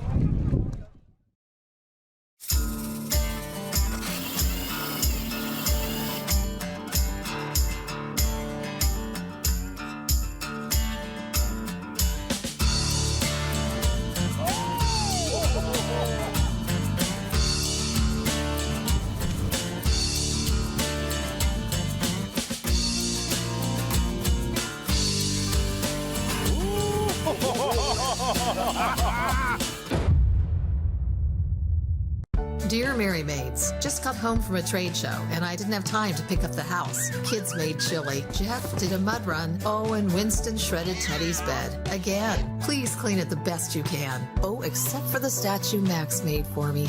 Thanks, Abby. Hi, Abby. Clean kitchen, clean bath, clean floor, naughty cat, poor Teddy. The statue is precious. You should keep it forever. See you next time, Mary Maids.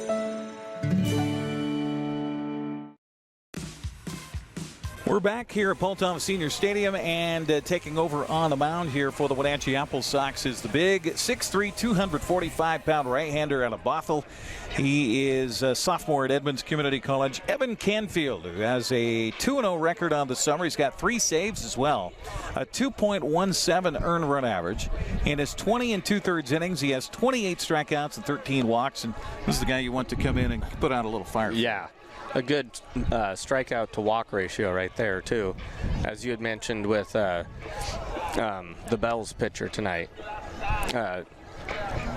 Anytime you can have 2 times the strikeouts as you do walks. Absolutely. Yeah, I'll take that any day of the week. Yeah. The Felix Schlade night is over. He goes 3 2/3. He is responsible for the runner out there at first base. Has given up a run on 6 hits, 5 strikeouts, 2 walks. The line for Felix Schlade tonight, as he'll leave with a runner on, and that would represent the tying run. Meanwhile, Evan Canfield's duty is to get Coleman Schmidt out. Coleman is 1 for 2 in the ball game with a base hit to right and a fly out to center. So Schmidt will step up for the 3rd time here in this contest in a 2-1 game now, as a run scored for Bellingham on a wild pitch moments ago. Canfield ready, and the right-hander's delivery as the runner goes. The pitch is high. The throw down to second base is in time. The tag is in time as well. Good pick right gone. Stealing is Yoshida. 2-4, caught stealing for the 3rd out.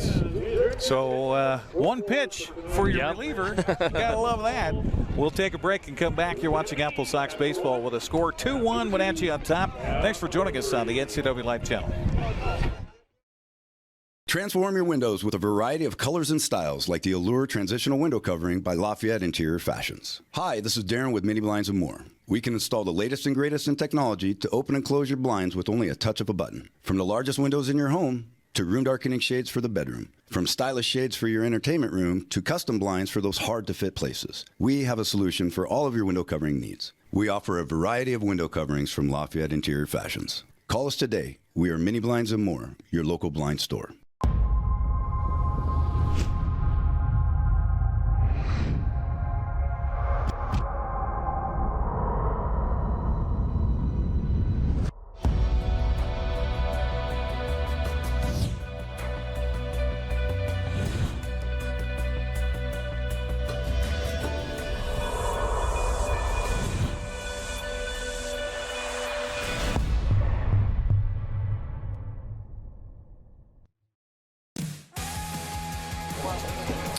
You're watching AppleSox baseball here on the NCWLIFE Channel. We've got a new pitcher into the ball game here for the Bells, and that would be Carter Parcher, who will take over.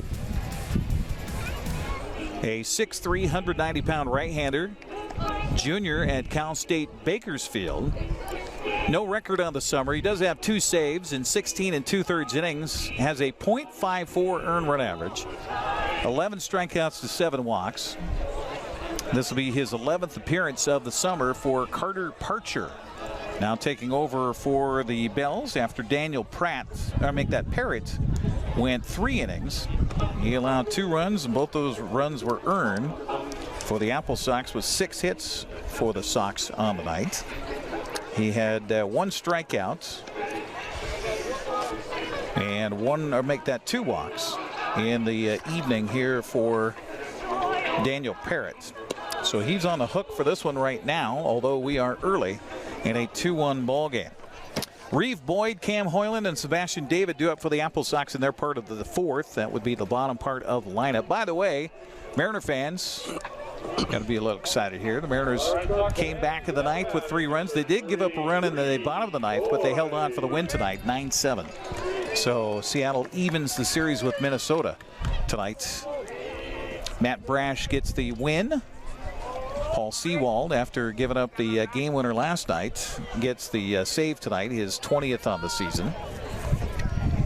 It's always nice to bounce back and get a win. Absolutely. When you felt you should have had one last night. Yeah. Swing and a miss here by Reeve Boyd. 0-2, quickly the count to Boyd with the new pitcher in the ball game, Carter Parcher. Parcher. Parcher's 0-2 pitch is a little bit high for a ball. 1-2 the count. So 4 pitchers now used in total in our ball game here tonight for both clubs. Parcher ready, and the 1-2 pitch on the way to Boyd. Swung on a chop back to the mound on a hop right back to Parcher. Enough. And that'll be an out. 1-3 on the putout. Yeah, we talked about hitting the plate. That one didn't quite hit the plate. It hit in front of the plate, and so it just kind of died on the bounce to Parcher. So an easy play for the pitcher. 1 down. That'll bring up center fielder Cam Hoyland. Well, I should say he made it look easy. Yeah. Backing up over the rubber on top of the mound and fielding a ball bounding your way is not an easy play. No, it's not. This pitch swung on, and speaking of, another bounder over the mound. Shortstop over to his left will field, and the throw just in time from Ty Saunders over to Daryl Ruiz. Yeah, he almost took a little bit too long on that play there, didn't he? He did. Looked like he had to kind of double clutch a little bit as he collected the ball out behind the bag at second. So 2 up, 2 down for the AppleSox brings up shortstop Sebastian David.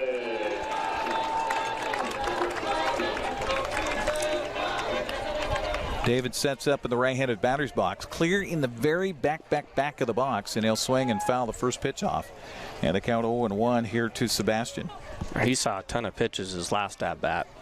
Unfortunately ended up striking out, but saw a lot of pitches. David back in and ready, and the pitch to him swung on and hit on the ground on a hop. Backing up was Kirkpatrick at third. Throw to first is dug out nicely over there by Ruiz. So the AppleSox for the first time here tonight retired in order. 1-2-3. We'll head to the 5th inning of play. It's a 2-1 ball game. Don't go anywhere. Good one tonight here on the NCWLIFE Channel. JDSA Law is a proud sponsor of these local event broadcasts. JDSA Law has been serving North Central and Eastern Washington since 1946. For over 70 years, their team of dedicated professionals has delivered quality, innovative legal services. JDSA Law partners with you to provide the finest legal advice and support as you navigate your personal and business challenges, your risks, and your accomplishments. JDSA Law supports the TV broadcasts of these local community events. I had a seizure in the middle of the night, and they rushed me to the hospital and decided to induce labor to try to get the baby out. The outpouring of love and support I got from Confluence Health. My coworkers coming to the ICU to be with me. For me, it's the work family. It's just incredible to have support no matter what I'm going through in my personal life, my own health.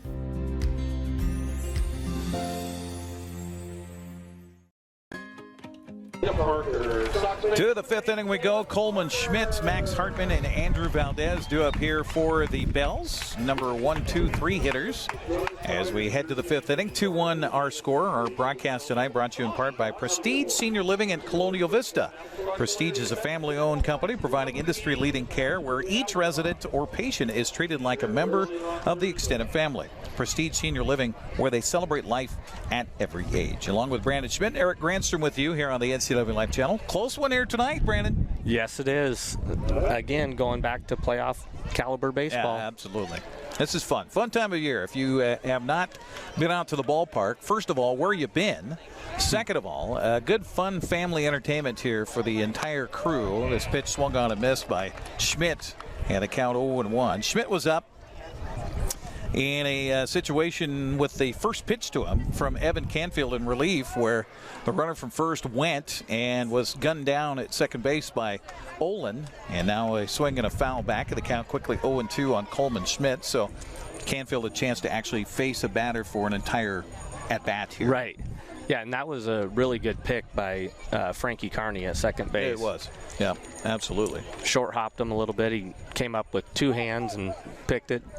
Didn't want to do the same thing that he had previous in that inning, where he had a throw to him that he misplayed a little bit in his mind. 0-2 count. Umpire called timeout there. This pitch bounces in for a ball. I think we had a little bit of music up there. Yes. Going. Yes. And some umpires will let that go, depending on, the situation in the park and things like that. Our home plate umpire, Tom Purchase, tonight says, nope, timeout, shut the music off. I'm in control here. Foul back here. Count remains at a ball and 2 strikes on Coleman Schmidt. Starting off in the fifth, Bellingham with a run in the fourth on a wild pitch with Ty Saunders at third base. The 1-2 pitch on the way here is cued off the end of the bat, and it will hit off the base of the wall over there and then ricochet out into foul territory beyond the first base dugout. Count remains at a ball and 2 strike. Good battle here going on between Coleman Schmidt, the leadoff man for Bellingham, and Wenatchee's reliever Evan Canfield. Canfield ready, and the big right-hander's 1-2 pitch again. Swung on a chop towards the shortstop. Tough play backing up David. Long throw across is in time for the out. Good play, and got to show off his arm there a little bit. 1 out here for Bellingham in the fifth. Brings up right fielder Max Hartman. Hartman's 0 for 2 with a line out to right and a ground out to second here in the game so far. And that line out to right was hit very well. That was a good play. Canfield doesn't like the baseball, so we get one of those rare occurrences with a ball used briefly. Yeah. Of course, that was the out ball, so maybe it got a little dirt on it or something like that. Pitch swung on a chop foul on the first base side. Which in the major leagues, the pitchers would drool to have a ball that has a little scuff on it. Has stuff on it. Yeah, exactly. 0-1 to count to Max Hartman. It's got to be interesting for Bellingham, winning 20 games in the first half of the season. They win the first half title, and then it doesn't matter what you do in the second half. You are in the postseason no matter what.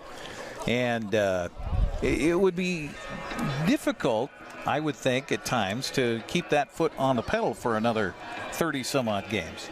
Yes and no, because I think if you go into I don't know if you want to call it a slump, but a mentality of, okay, you know what, it's okay to lose, right, right. Then that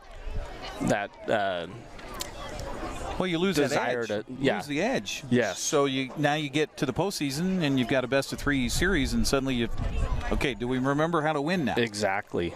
Yep. Winning and losing are both contagious. Pitch swung on a grounded to the first baseman. Sweeney will toss it to Canfield, covering the bag. It was close. Good hustle. Half a step. 3-1 on the put out. 2 outs here in the fifth. Brings up center fielder Andrew Valdez. And, you know, it's tough. I mean, baseball is a different game. It's you know, we talk about momentum swings that happen from pitch to pitch almost in baseball. Yeah. So, you know, winning and knowing how to win, and sometimes winning is accidental, sometimes it's happy accident. You know, sometimes winning is you put the ball in motion and you put the game in play and things like that. So to carry on something from one game to the next is almost impossible in baseball. It is, yeah. I don't care how good you are. Yeah, that's why, I mean, you look at a good baseball record.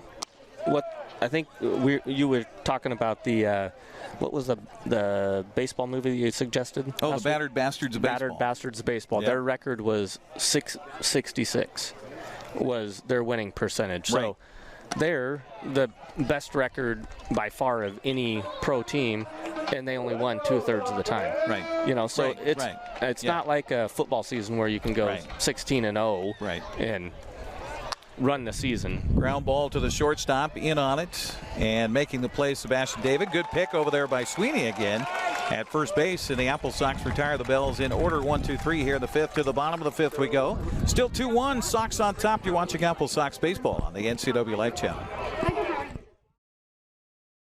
I chose a career at Confluence South because I wanted to help people, and I knew there would be opportunities for growth. I started as a medical assistant, but quickly advanced in my career. I received 5 promotions in only 7 years, 3 of those in management roles. Most organizations don't offer that type of growth. Now, as a career pathway coordinator, I let everyone know. Come join Confluence South. Come grow with us.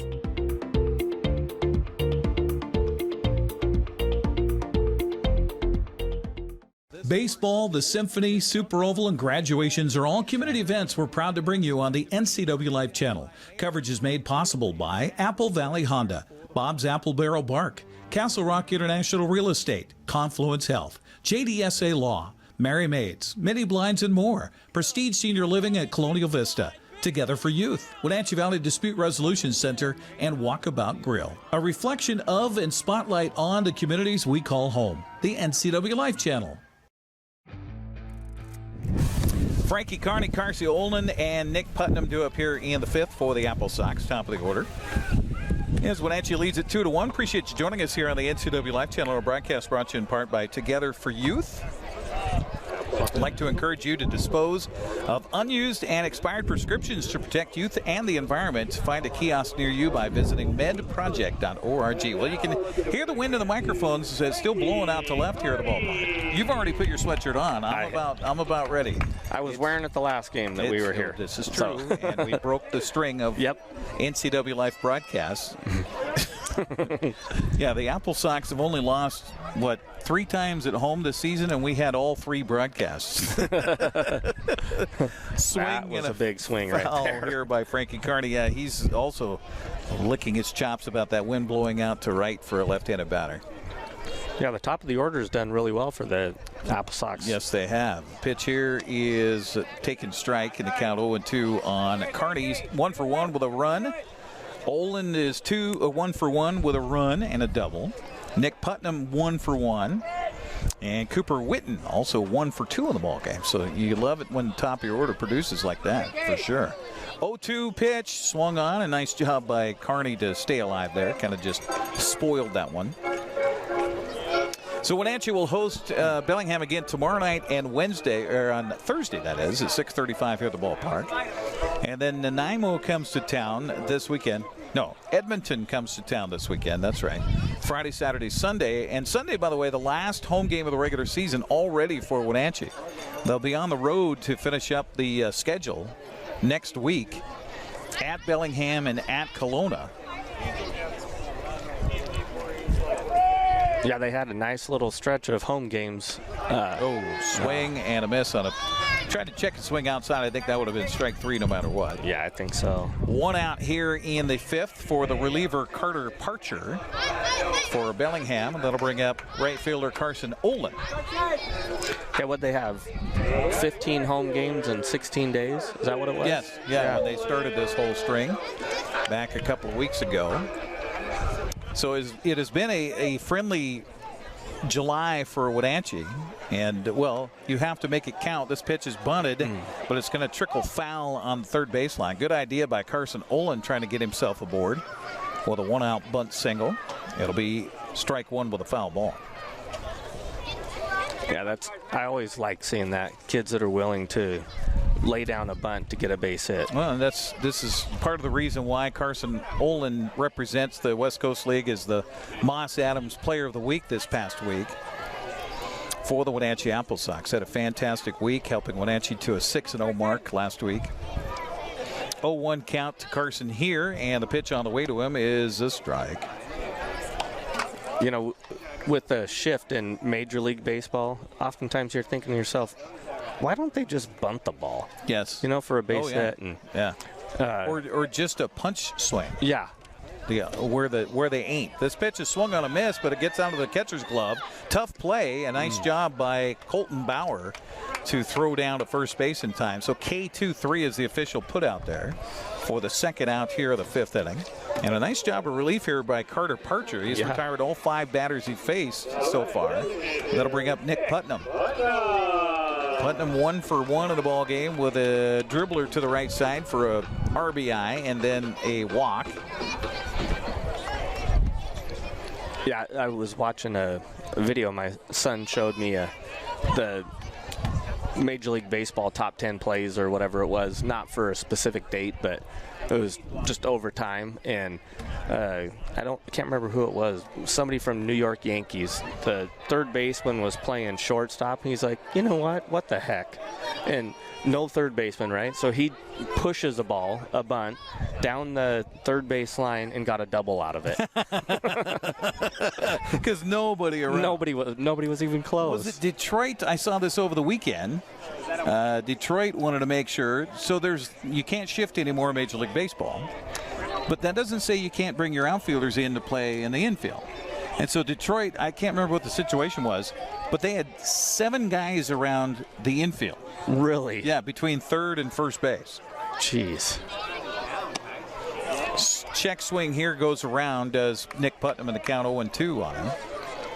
You know, looking at him throw right now, doesn't look like he's got anything exceptional, but we can't see the movement as we could from behind the plate. Right. Obviously, Wenatchee not having an easy time finding it, and neither does Nick Putnam there, as he'll strike out. And how about the job of Carter Parcher? He strikes out the side here in the fifth. We'll head to the 6th inning of play. 2-1, Wenatchee holding on. We'll come back next on the NCWLIFE Channel. The Wenatchee Valley.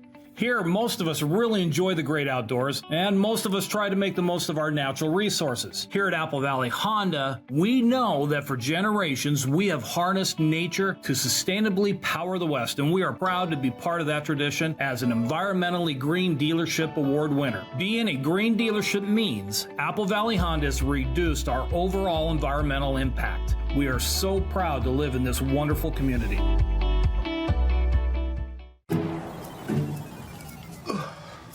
Hey man, how's your arm? Getting better, actually, thanks. Did they give you anything for pain after surgery? Because I think I may have some left over. Nah, that's all right, man. Actually, me and my doctor talked about not sharing prescriptions, and that ibuprofen's a good option for me. The risk of addiction is not worth it. Makes sense. Take the next step. Don't share your prescriptions and talk to your friends about the dangers of opioids.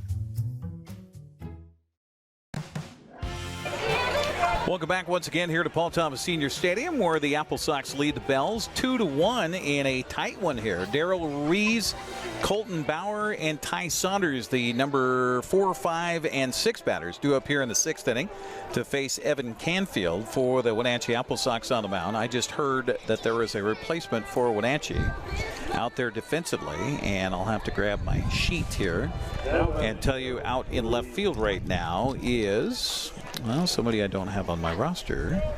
I don't have an 18 on my roster. This pitch is swung on and hit the air foul, and a play for Putnam, and he's able to, Olin makes the catch behind the plate. How about that? Put a star on that one for Austin Olin. 1 out here in the inning. That was a great play right there. That was good stuff. Absolutely. I'm going to have to text our buddy Joel Norman and ask who's in right field or left field.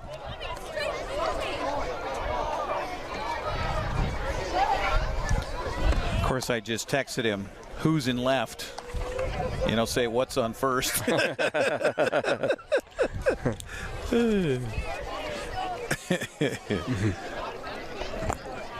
1-0 the count here to Colton Bauer. And a swing and a foul out of play, and the count even now to Bauer at 1-1 strike. Bauer 0 for 2 in the ball game, popped up to second, and he struck out at his last plate appearance in the third. Evan Canfield for Wenatchee working his, second full inning of relief. He came in the fourth, got the final out on a... Did that go behind him? It looked like it may have gone behind him. Can't quite tell from our vantage point here. 2-1 to count now to Bauer. And the pitch swung on a foul back. That was a hefty cut there. Evens the count to Bauer at 2-2. And Bauer wanted that one. You could see him say, how'd I miss that pitch right there? Well, Cooper Witten started for the AppleSox out in left field. And the body that's out there now has a dirty uniform like they've been in. Strike 3 called. Gone looking is Bauer. And that'll be the first strikeout in relief here for Evan Canfield. And 2 down to the 6th brings up shortstop Ty Saunders. Saunders has been a thorn in the side of the AppleSox here tonight. He's been aboard twice on a couple of base hits. He has stolen a base, and he scored on a wild pitch, Bellingham's only run. So Wenatchee would love to get this guy out for the first time here tonight. And the pitch on the way is bouncing in. That went about 58 feet. And the count 1-0 here to Ty Saunders. Definitely a different number in left field. 18 is the gentleman in left field right now. Pitch swung on and missed. The count is even to Saunders at 1-1. You know, we have a few pitchers that also play defensively, so I can't just assume that it's not a pitcher out there. Oh, that is Trent Lyle. Well, I got to get the name right. Little pop fly to center field here. Lyos, and the pitch is swung on and flew out to center field. And we'll get a pronunciation, and we'll tell you more about the left fielder for the AppleSox. And another 1-2-3 Stokori here for Bellingham in the 6th. We'll head to the bottom of the 6th. Still 2-1. Wenatchee on top. You're watching AppleSox baseball on the NCWLIFE Channel. My name is Anna Marie. I've lived at Prestige here for 6.5 years, and I love it. They just made you feel so welcome. I love my room. I get 3 meals a day, do as I darn well want to. I've loved it ever since I moved in. Mom's a wonderful, wonderful lady. She deserved the very best, and I got it for her here at Prestige. I have no idea what I'm doing. That's why we need you. We need people to run camera so I can get back down on the broadcast and talk about what's going on. We pay $75 per event. If it's sports, if it's a parade, if it's Apple Blossom, if it's the Super Oval, $75. If that sounds like some extra good money for you, we'd love you to be part of our team. All you have to do is email me, sports@ncwlife.com. sports@ncwlife.com. In the meantime, I got to go figure out this camera. Welcome back once again here to the ballpark as the new left fielder for the Wenatchee AppleSox, who is Lyolis, last name Lyolis. He will step up here for Wenatchee.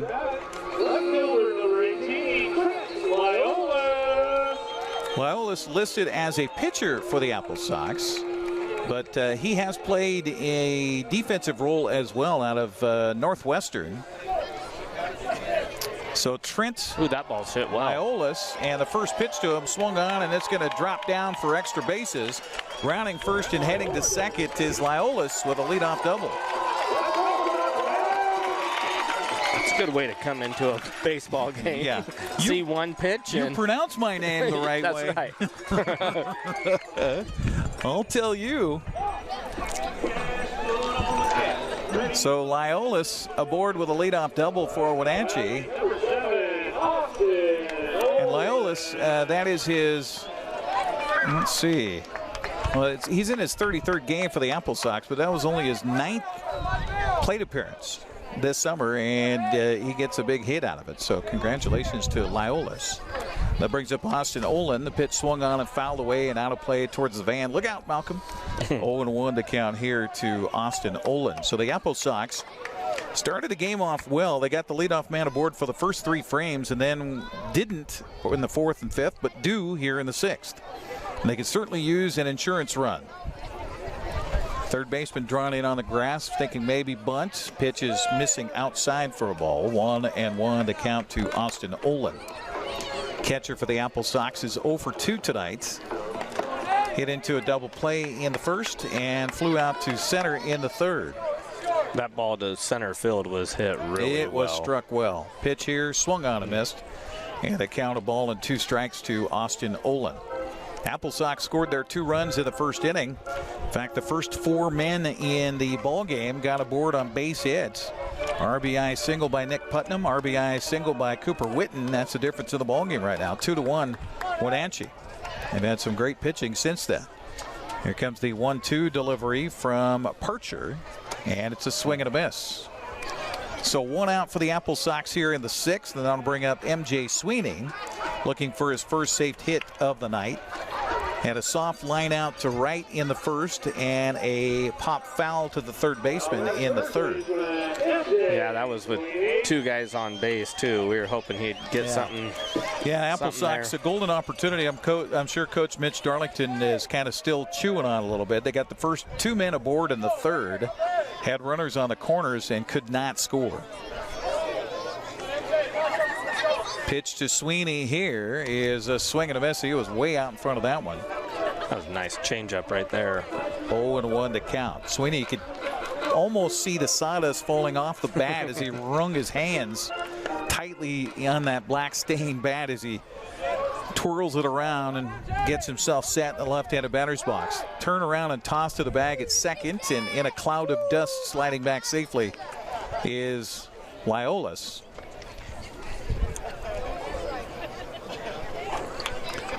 Trent has to remove about 4 pounds of dust from his belt loop there as he'll regain his lead. 0-1 to count to Sweeney with a runner in scoring position for the AppleSox. He had a pitch on the way, swung on and fouled back at a count 0-2 on MJ Sweeney. You could see that. It looked like his timing was on, but he got his hand so far inside. There must be some good run on the baseball here. Well, and you were saying it doesn't look like from our perspective that it's a lot going on with this pitcher, but it's certainly a lot for these batters right now. Yeah.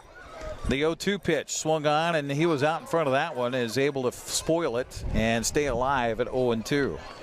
Because he's before Lyaolis, he had our number. Yeah. He retired the first 6 batters he faced here in the ball 3 game. ground balls, 3 strikeouts. So 0-2 here, looking for his 2nd strikeout of this frame is Carter Parcher. Right-hander with a long look at second. Pitch on the way, swung on, popped up, foul territory. This one's going to get out of play. And the count stays at no balls and 2 strikes. And you could see on that one right there, he knew that was going to be a strike, but not a hittable pitch. So he just did a good job of battling that pitch off and saying, I'm going to live to see another pitch here. So I like seeing that out of kids. Sweeney back in already, and here comes the 0-2 delivery to him. It swung on and a fly ball fisted the other way. That's going to be trouble. The shortstop over, though, will field in shallow left field for the out. Ty Saunders there for the play. So it got him in on the hands, and he fists it off for a pop out. And 2 down for the AppleSox after a leadoff double, and that'll bring up Reeve Boyd. Reeve got aboard on, well, it was an agreement between Brandon and the scorekeeper that it was an error. Yep. I was going to give him a base hit. You're so kind. I know. Christmas in July. So Reeve 0 for 2 on the night, and a pitch to him here swung on and missed, and the count 0-1. Yeah, he does a really good job of changing speeds. Well, also you talked last game about that game that's happening on the base paths as you're trying to get the timing down of the pitcher.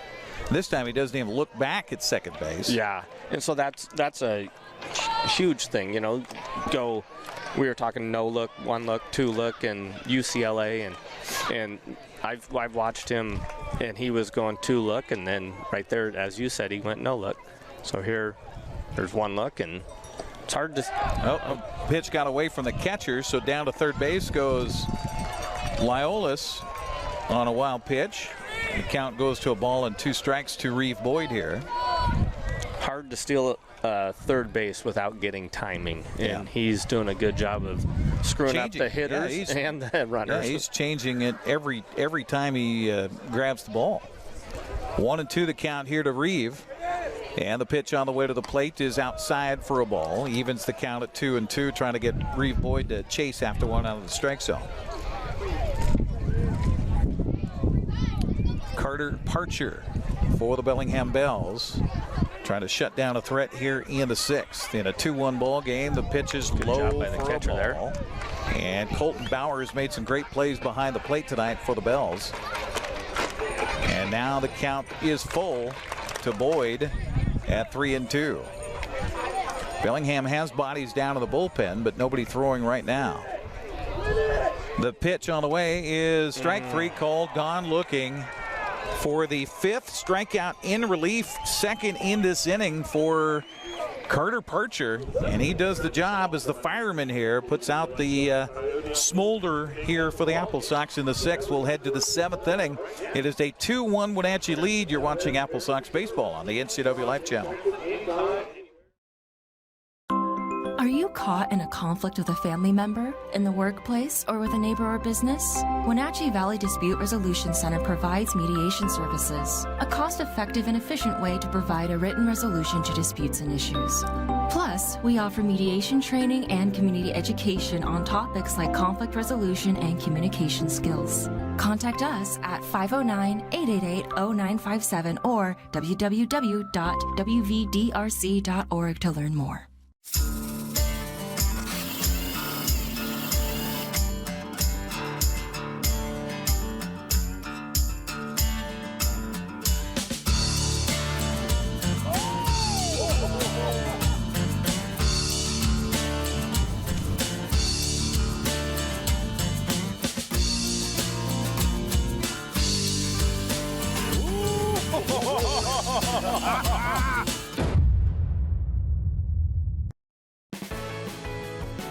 You're watching AppleSox baseball on the NCWLIFE Channel. Sox lead at 2-1 as we head to the 7th inning. Our broadcast brought to you in part by Wenatchee Valley Dispute Resolution Center. Caught in a conflict with family, housing, business? Call Wenatchee Valley Dispute Resolution Center at 509-888-0957 for help. That's 509-888-0957. Due up here in the 7th, the bottom of the order for Bellingham, Nate Kirkpatrick, Garner Christensen, and Cole Yoshida.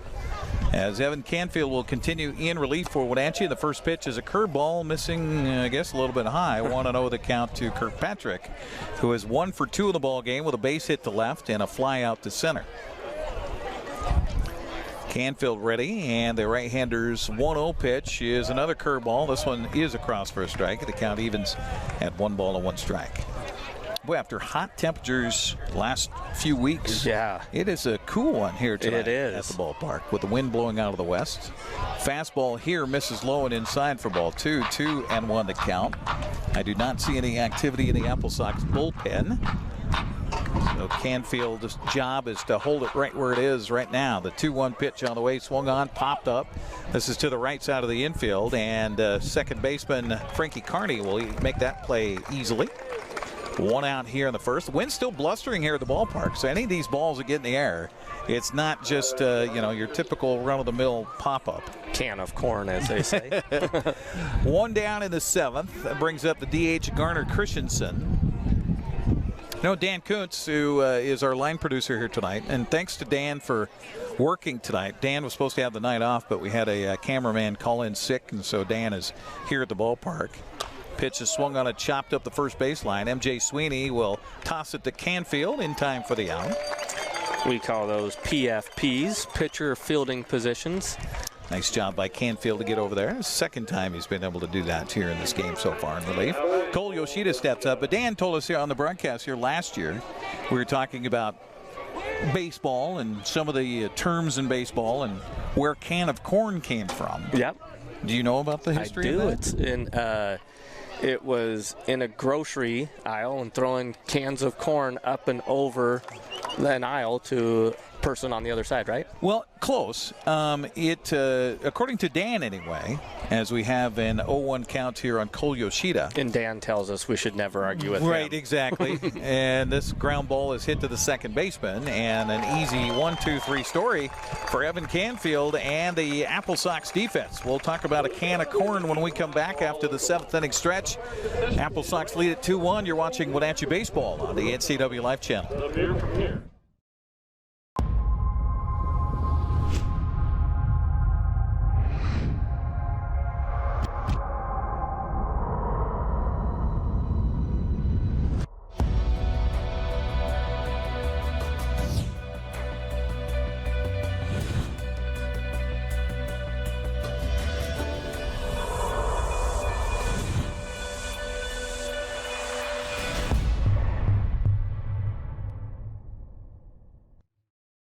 I chose a career at Confluence South because I wanted to help people, and I knew there would be opportunities for growth. I started as a medical assistant, but quickly advanced in my career. I received 5 promotions in only 7 years, 3 of those in management roles. Most organizations don't offer that type of growth. Now, as a career pathway coordinator, I let everyone know. Come join Confluence South. Come grow with us.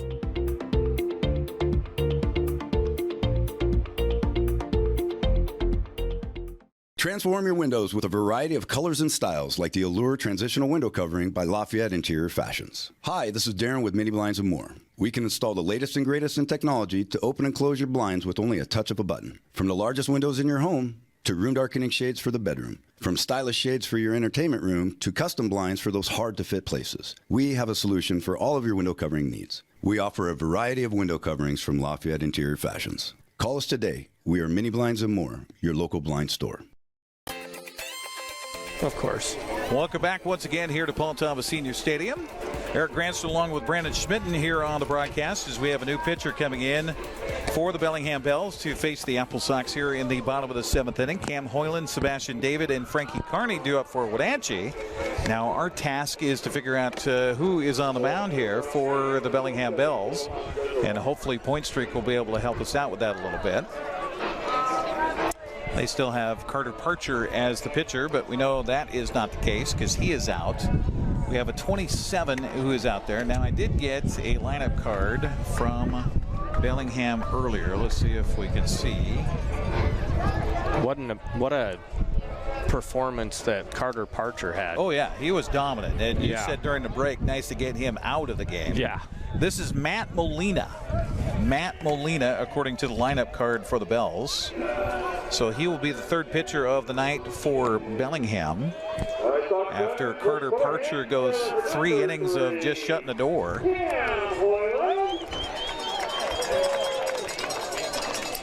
So Cam Hoyland will lead it off. He's 1 for 2 in the ball game with a base hit and a ground out. And a long look in for Molina. Dangles that right arm, and the right-hander ready with the first pitch on the way. It's a swing and a foul into the glove of the catcher. 0-1 to count. Has a little bit more velocity than Parcher. At least it appeared to be. Yes. Molina has pitched 1 inning so far for Bellingham. A 0 earned run average. In that 1 inning, he struck out a batter. That's it. There's nothing but goose eggs on the line for Mr. Molina. 1-1 to count here to Hoyland, and the pitch on the way is swung on and missed. That pitch was low and away, but he swings on it to make it a ball and 2 strikes. Hoyland, David, and Carney due up here in the 7th for the AppleSox. Love to get an insurance run. Or 2. Or 9. They lead it 2-1. Trying to get themselves halfway closer to the postseason tonight with a win, and needing a little help in the process. We'll get you up to date on the West Coast League scoreboard coming up in a little bit. This pitch swung on a hit to the right side, through for a base hit. Took one of those Paul Thomas bounces. Now the runner from first going to second, diving head first, and he's safe at second. Oh, my. Yeah, that shortstop was slow to put the tag on him there, wasn't he? He was. The throw was in time, I think. But Cam Hoyland, well, welcome back, Cam. Yeah. A little 10-day contract to start the season, and now making it happen here to start off the 7th. So now are they going to give him a hit on that? Oh, yeah. Yeah. That took a little Paul Thomas bounce. Didn't touch the first baseman's glove. I never have liked that rule. If it doesn't touch the glove. Were you a pitcher? I was a coach, and that just tells guys it's okay to do that. Get out of the way. Stepping up is Sebastian David. Infield expecting maybe a bunt here on the left side. And the pitch on the way as he squares to bunt, bounces in. Nice stop by the catcher again, Colton Bauer. Boy, he's had a night behind home plate. Now, that ball was hit pretty well, but what's wrong with throwing yourself down in front of it? You know, get down in front of it. You assume as the first baseman over there that ball's going to take a nice, easy bounce right into your glove. Yes. About a foot off the ground. Yeah. Instead, it took one bounce and then decided to become a word burner at that point. Yeah, you're all right. Curveball here misses for ball 2 as David again was squaring as if to bunt. And we go back to the great hustle. Yes. Right? Yes, by Cam Hoyland in that play as he rounded first and saw that ball was kind of slowing down out there in right field and made it into second. 2-0 the count here. And the pitch on the way is a square to bunt again, and the pitch misses for ball 3. So nothing like putting some pressure on a brand new pitcher with Matt Molina out there on the mound here for the Bells. Now, if he gets on here on a walk, are you going to bunt Frankie Carney?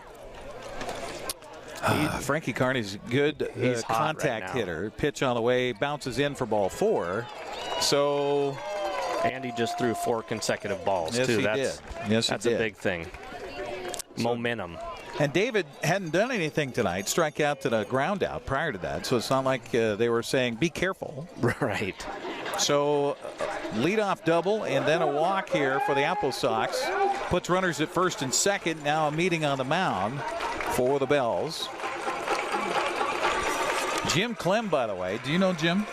You know, I think I've met Jim once or twice. He was a longtime high school coach at Burlington Edison. Yep.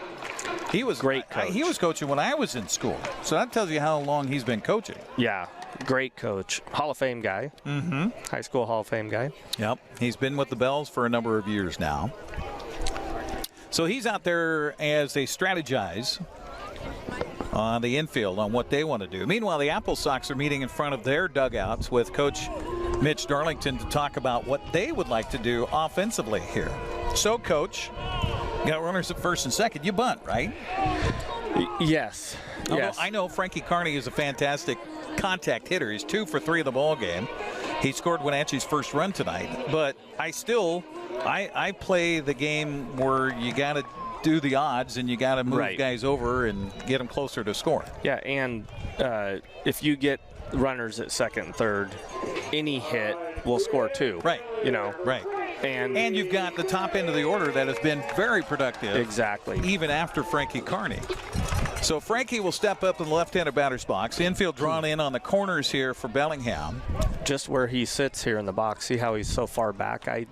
That's not a good position to bunt out of.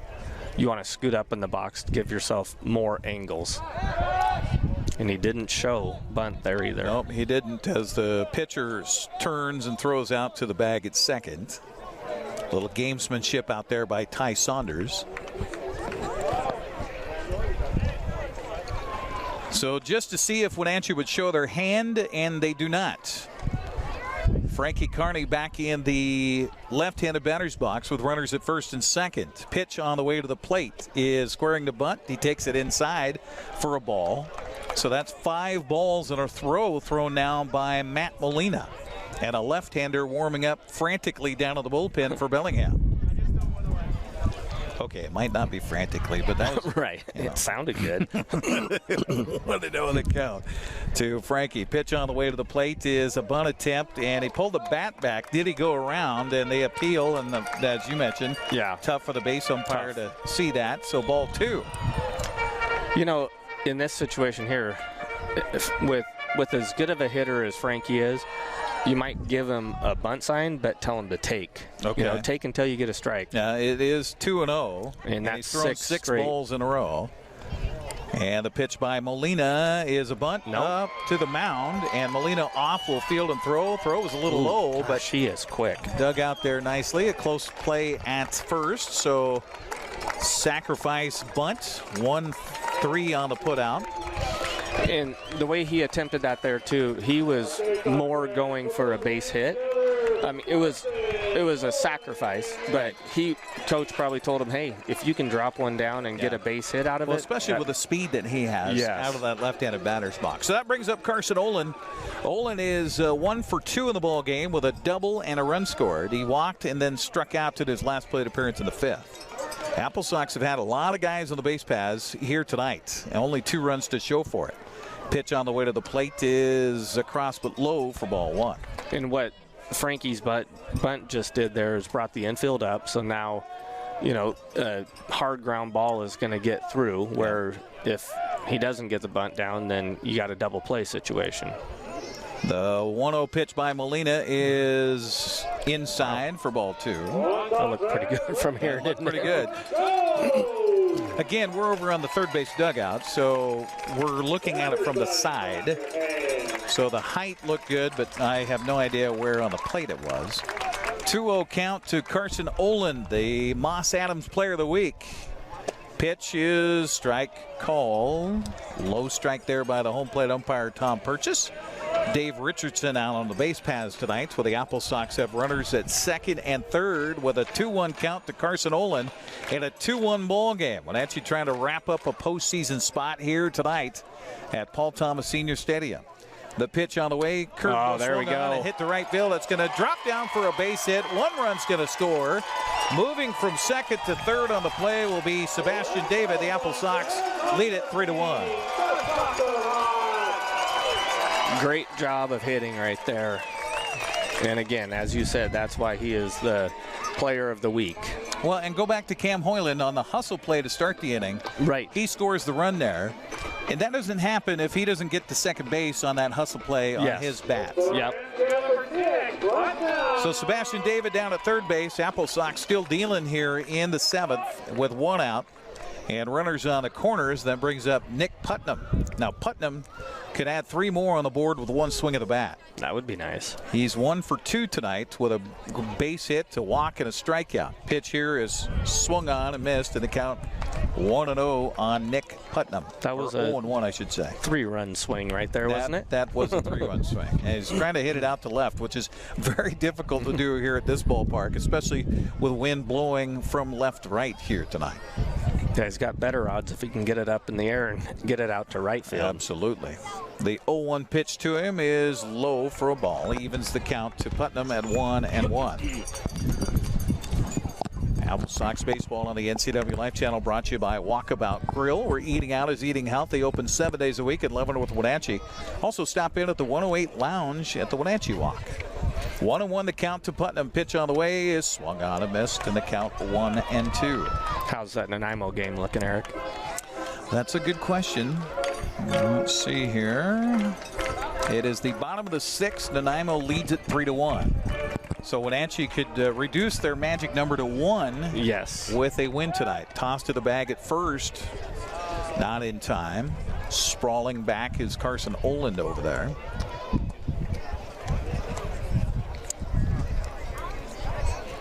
Putnam back in the right-handed batter's box and ready with a count in favor of pitcher Matt Molina at 1-2. Pitch on the way is bouncing in for a ball. Evens the count to Putnam at 2-2. Now, Coach, you got 1 out. You got a runner at first base. You got second base open. Do you put him in motion here? Do you put the runner from first in motion? You know, I don't know how good that Carson runs, but if he's a good runner, I probably would. put them in motion. But then again, you're taking a good bat out of the hands here. Right. 3-2 count to Putnam, meanwhile, as the pitch misses outside. Molina has had high pressure this entire inning, his first inning of relief for the Bells. Now, full count, I think I'm sending him. The runner from first, in fact, Bellingham was thinking that very thought as they toss over to the bag at first, and getting a jump from third on the toss in case it got away from the first baseman was Sebastian David. And the reason we would do that is to keep him out of a double play situation. So hopefully he runs. That was a good jump, too. Pitch is swung on, a hit in the air to left field. That's going to drop down for a base hit. Runner's going to score. And around to third base, who was going on the pitch is Carson Olin. The runner's going to score as the throw got away from the second baseman. So give a RBI single to Putnam. And because Olin was running on the pitch there, he ended up being able to advance to third, and then just by poor job by the second baseman there, flicking the ball out into left field, was able to score on it. Yep, E4 will score the third run of the inning for the AppleSox, and Bellingham going to reach for a new pitcher. As they do, we'll take a break and come back. It is a lead here for Wenatchee of 5-1. Exactly what the doctor ordered. We'll come back and find out what the recipe is to try to solve it for the Bells when we come back here on the NCWLIFE Channel. JDSA Law is a proud sponsor of these local event broadcasts. JDSA Law has been serving North Central and Eastern Washington since 1946. For over 70 years, their team of dedicated professionals has delivered quality, innovative legal services. JDSA Law partners with you to provide the finest legal advice and support as you navigate your personal and business challenges, your risks, and your accomplishments. JDSA Law supports the TV broadcasts of these local community events. The Wenatchee Valley. Here, most of us really enjoy the great outdoors, and most of us try to make the most of our natural resources. Here at Apple Valley Honda, we know that for generations, we have harnessed nature to sustainably power the West, and we are proud to be part of that tradition as an environmentally green dealership award winner. Being a green dealership means Apple Valley Honda has reduced our overall environmental impact. We are so proud to live in this wonderful community.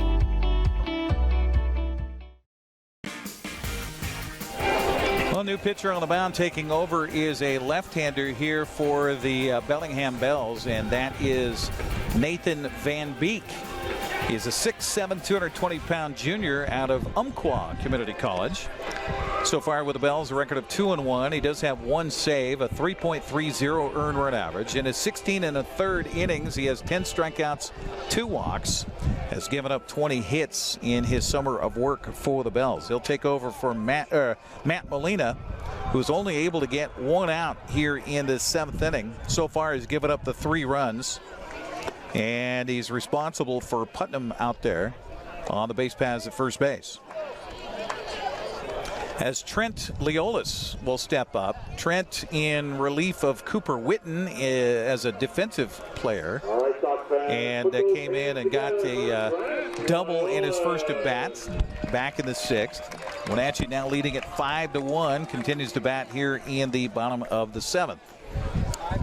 So Trent Leolis steps up with a runner at first base. And the first pitch by Van Beek is a curveball swung on, popped up in the right side of the infield, and over is the second baseman, and Yoshida will make the catch for the out. Now, you were talking can of corn. So yes. Oh, that's right. What was? Yeah. So you're correct on the can of corn as a grocery store reference. Now, Dan says it was because back in the old days, they didn't have a lot of room in the grocery store, so they'd stack things really, really high. And so if somebody wanted a can of corn off the top of the shelf, somebody had to go and tip it, and then you had to catch it in your basket or something. Oh, there like you that. go. So that's why it was a can of corn. Gotcha. So that's where supposedly the phrase came from, as far as an easy catch yes, on a ball. Austin Olin steps up now. He's 0 for 3 in the ball game. Hit into a double play, flew out and struck out in the 6th. 2 outs for the AppleSox here in the 7th, where they've scored 3. The runner from first goes. The throw down to second base is in time. I think he would have, if he kept his leg down when he slid, I think he would have been in there. I think you're right. But caught stealing is Nick Putnam, so that'll be it for the AppleSox. They do get 3 runs on 2 hits, make that 3 hits and an error. They have nobody left. We'll head to the 8th inning of play. Wenatchee with some breathing room, 5-1 over Bellingham. You're watching AppleSox baseball on the NCWLIFE Channel. Baseball, the Symphony, Super Oval, and graduations are all community events we're proud to bring you on the NCWLIFE Channel. Coverage is made possible by Apple Valley Honda, Bob's Apple Barrel Bark, Castle Rock International Real Estate, Confluence Health, JDSA Law, Mary Maids, Mini Blinds, and more. Prestige Senior Living at Colonial Vista. Together for Youth, Wenatchee Valley Dispute Resolution Center, and Walkabout Grill. A reflection of and spotlight on the communities we call home. The NCWLIFE Channel. I had a seizure in the middle of the night, and they rushed me to the hospital and decided to induce labor to try to get the baby out. The outpouring of love and support I got from Confluence Health. My coworkers coming to the ICU to be with me. For me, it's the work family. It's just incredible to have support no matter what I'm going through in my personal life, my own health.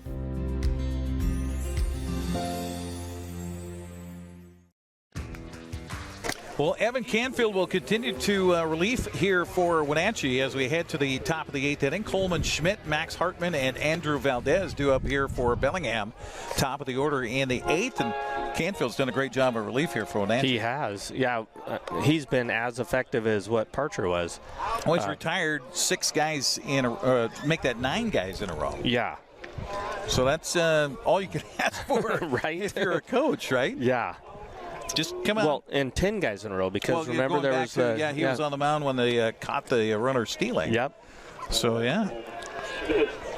So 3+ innings of relief here so far for the AppleSox reliever Evan Canfield, and facing the top of the order for the 2nd time here tonight is Evan as Coleman Schmidt steps up. He'll take the first pitch low and away for a ball. And you give Canfield a little more breathing room here. You got a 4-run lead now. Yes. 5-1 here in the ball game. And we talked about that the other day. A 4-run lead is significantly better than a 3-run lead because can't tie it up. Effectively, you can't. Yeah, you can't win lose. it with one swing of the bat. Yeah. 2-0 the count here. Canfield working to Schmidt, and this pitch is swung on and missed. And boy, that was a hefty cut. The count goes to 2-1. Again, come out to the ballpark. You can learn more about the AppleSox schedule remaining here at Paul Thomas with home games this week, all week long, into the weekend. Pitch is swung on and hit the air down the right field line. That's a foul ball, but it should be playable, and it is. Beautiful job by Carson Olin out there in foul territory to make the catch. He's having a day, isn't he? He is. So 1 out here in the 8th inning brings up right fielder Max Hartman. Hartman's 0 for the game so far. And Wenatchee's done a really good job against Bellingham's top 4 hitters. In fact, just 2 hits between the 4 here in the ball game. Yeah, the leadoff guy got a base hit, and Carson made a great play in the first inning on that line drive that was hit to him. Yeah.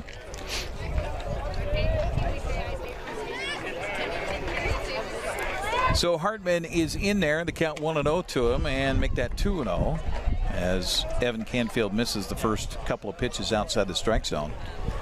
Hartman, a Cougar, 0 for 3, line out to ground out and a ground out. And this, speaking of the ground, got crossed up there, didn't he? Hit the ground and ouch, hit the left wrist bone of the catcher, Austin Olin. And being a former man who strapped on the tools of ignorance, I can commiserate with him. That just flat out hurts. And nothing you can do to make it any better whatsoever. And what that does too for, well, anybody, but especially a catcher, you got to put your hand back in that glove, that catcher's mitt, And your pinky finger right now and probably your ring finger on that hand are buzzing like crazy because that ball hit right on that bone on your outside of your wrist. The 3-0 pitch is a strike right down the middle, and the count goes 3-1. And that's not fun either, just catching a fastball from your pitcher after that. Yeah, that's a very unappreciated position by a lot of people. Popped up into left field, and in on it comes Liolis, and he'll make the catch for the out. 2 outs here in the 8th inning, and how about the job by Canfield here? 12 in a row retired, going back to the man caught stealing when he came into the ball game back in the 4th. Outstanding job of pitching here for Evan Canfield with 2 down in the 8th inning. Bellingham suddenly down their final 4 outs in the contest. Andrew Valdez will step up now. He's 1 for 3 in the ball game with a double. And the first pitch is a curveball. Nice one in there for a strike from Canfield. 0-1 the count.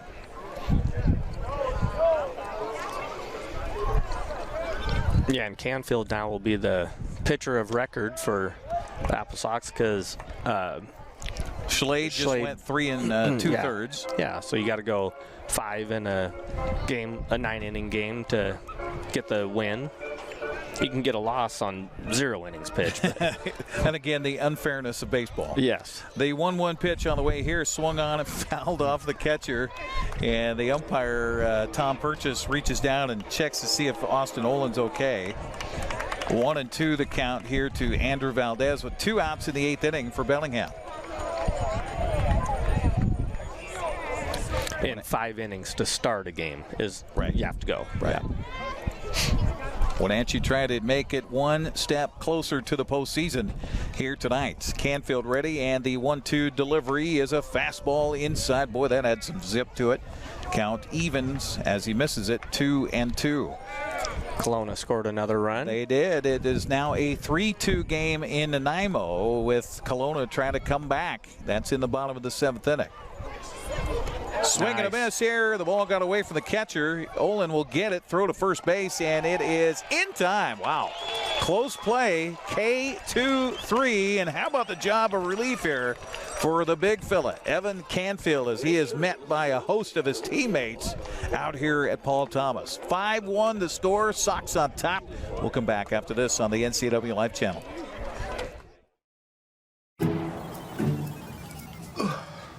Hey, man. How's your arm? Getting better, actually, thanks. Did they give you anything for pain after surgery? Because I think I may have some left over. Nah, that's all right, man. Actually, me and my doctor talked about not sharing prescriptions, and that ibuprofen is a good option for me.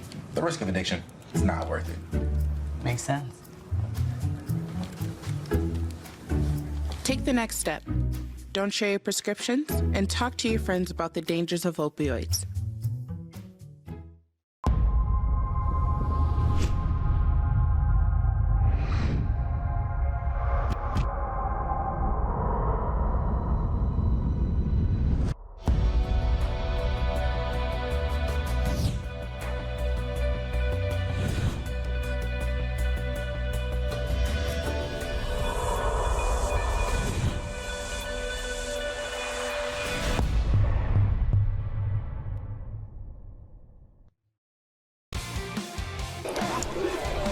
Well, another new pitcher comes into the ballgame here for the Bellingham Bells tonight. And if you're the AppleSox, you love the fact that they're having to go through a bunch of arms here. This will be the 5th pitcher of the night. James Trimble will take over. Trimble, a hard-throwing right-hander, 6 foot, 185 pounds, out of Texas Corpus Christi. His hometown is in Galveston. He has a 2-0 record for Bellingham this summer, a .54 earned run average. In his 16 2/3, has 19 strikeouts to 6 walks. If you're curious about the Christmas music in the background, the promotion here tonight at the ballpark is Christmas in July. The AppleSox hoping to get something nice under the tree in the form of a playoff spot, and I think they'd also love to get a little more from Santa in the form of a #1 seed in the postseason. Yeah, that would be very nice. Going into the second section. The second section, have the best overall record and get the potential to host the North Division Championship as well as the West Coast League Championship here at Paul Thomas Senior Stadium. That'd be awesome. Austin Olin starts it off, and the first pitch to him misses for ball. 1-0 the count to Olin as James Trimble, again the pitcher on the mound here for the Bellingham Bells, facing Austin Olin, who is 0 for 3 and maybe possibly 0 for 4. Nice play by the shortstop. Oh, wait a minute. He's safe at first. Great job by that Austin of recognizing the pitcher come off the bag and getting down there. So he head first slide into first base in a pile of dust, and the base umpire out there says he was in safely. So, error? Yeah. Okay. Errant throw. All right. So E6 on that one, according to Coach Schmitten. You can blame it on him. MJ Sweeney now steps up for the AppleSox with a runner aboard. So Wenatchee 3 innings in a row here where they've had the leadoff man aboard one way or another. Tossed to the bag at first, just not in time. AppleSox mascot Coyote, who just celebrated its birthday on Sunday. Happy birthday, Coyote. How old is Coyote nowadays? Coyote would be 23, I think. 23. The organization is 23 years old. Pitch is bunted up bunt. the third baseline. Beautiful bunt. And that's going to be an infield single for MJ Sweeney on a gorgeous bunt up the third baseline. That's a great bunt. And you know what? If he doesn't get that, or if he gets thrown out on that, it's a sacrifice. Yeah. Otherwise, it's a base hit. So Kirkpatrick came in, tried to barehand the ball as he was playing back even with the bag. He had no chance of that one. So AppleSox with runners on first and second base trying to add to a 5-1 lead here as Reeve Boyd will step up looking for his first safe hit of the ball game. Got aboard on an error and grounded out and struck out looking in the sixth inning. He'll take the first pitch here. He did square like he wanted a bunt. Yeah, if you can get another couple runs here, how comfortable now does your pitching staff feel? Absolutely, absolutely. As you look at the rest of the series and the rest of the homestand and trying to, by the way, Wenatchee trying to win their 12th game in a row here at home, their 7th game in a row in league play. And this pitch taken again as kind of half squaring was Boyd, and a count 2-0 to him here. Yeah, and if we can get out of this with just throwing 2 pitchers. Yeah, huge. Yeah. Set you up for the rest of the series, absolutely. 2-0 the count to Boyd, and he'll take strike one. Everybody clap your hands. Boyd back in the right-handed batter's box as James Trimble tries to get himself out of a jam here with 2 aboard. Pitch on the way is a bunt foul. And the count even now to Boyd at 2 balls and 2 strikes. So when you ran practice, we're talking with Brandon Schmitten, a former high school coach here in the Valley at Eastmont. So would you start batting practice with bunting? Yeah, we always had them go a sack down the first baseline, a sack down the third baseline, and a squeeze. Okay. Because they got to understand the situations. And then, like, as we continue to go through our hitting sequence, we'd go hit and run, where you have to swing, right? Right. And then get them to third, so then you're working on back control, score them from third. So it's all a progression through it. And then you get into where you can start swinging. Swing away. Yeah. Strikeout looking for Boyd as he takes strike 3 there. So 1 out for the AppleSox brings up center fielder Cam Hoyland. Hoyland's had a good night. He's 2 for 3 in the ball game with a double, a single. He's also scored a run. Yeah, we could use another base hit right here, couldn't we? And that was a great hustle base hit. And he'll check the swing, but the home plate umpire says, nope, you went around too far, strike 1. Where he turned that single into a double? Yeah, absolutely. Ball that went under the glove of the first baseman into right field, and heads up play as Hoyland was able to start the rally in the 7th, where Wenatchee scored 3 runs to add to its lead and now enjoy a 5-1 margin. This pitch taken for a ball. 1-1 to count to Cam Hoyland back in the AppleSox lineup after he was here early in the summer to start things off for Wenatchee while they're waiting for other players to get here from their college ball. And now those players have gone to resume some of their college ball. And so Cam is back. He'll swing and miss at this one, and the count a ball and 2 strikes. So nothing like coming back and having a good day at the plate. Yeah. And Cam's also made a couple of good plays out in center field tonight as well. So Cam back in the left-handed batter's box as James Trimble checks the runner at second. And here comes the right-hander's pitch. It's low.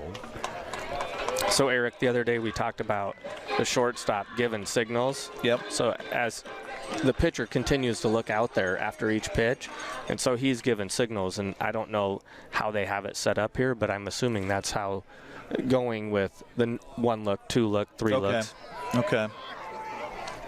Or no look in that case. Or no look. Pitch is swung good on play by the first diving baseman. play by the first baseman, and a head-first slide down there by Hoyland. Close play, but 3 unassisted on the putout. Nice job by Daryl Ruiz down there. So that'll be the second out for Wenatchee. Meanwhile, the runners move up 90 feet. So you've got Olin at third and Sweeney at second. And Sebastian David will step up. He scored a run in Wenatchee's 3-run 7th. He's 0 for 2 in the night with a strikeout to the ground out. And a big walk. And a huge walk. Pitch here misses for ball 1. Where he was willing to give up his out on the sacrifice and ended up getting 4 straight. Yep. Ended up scoring on the RBI single by Nick Putnam. After a great bunt by Frankie Carney. Yep.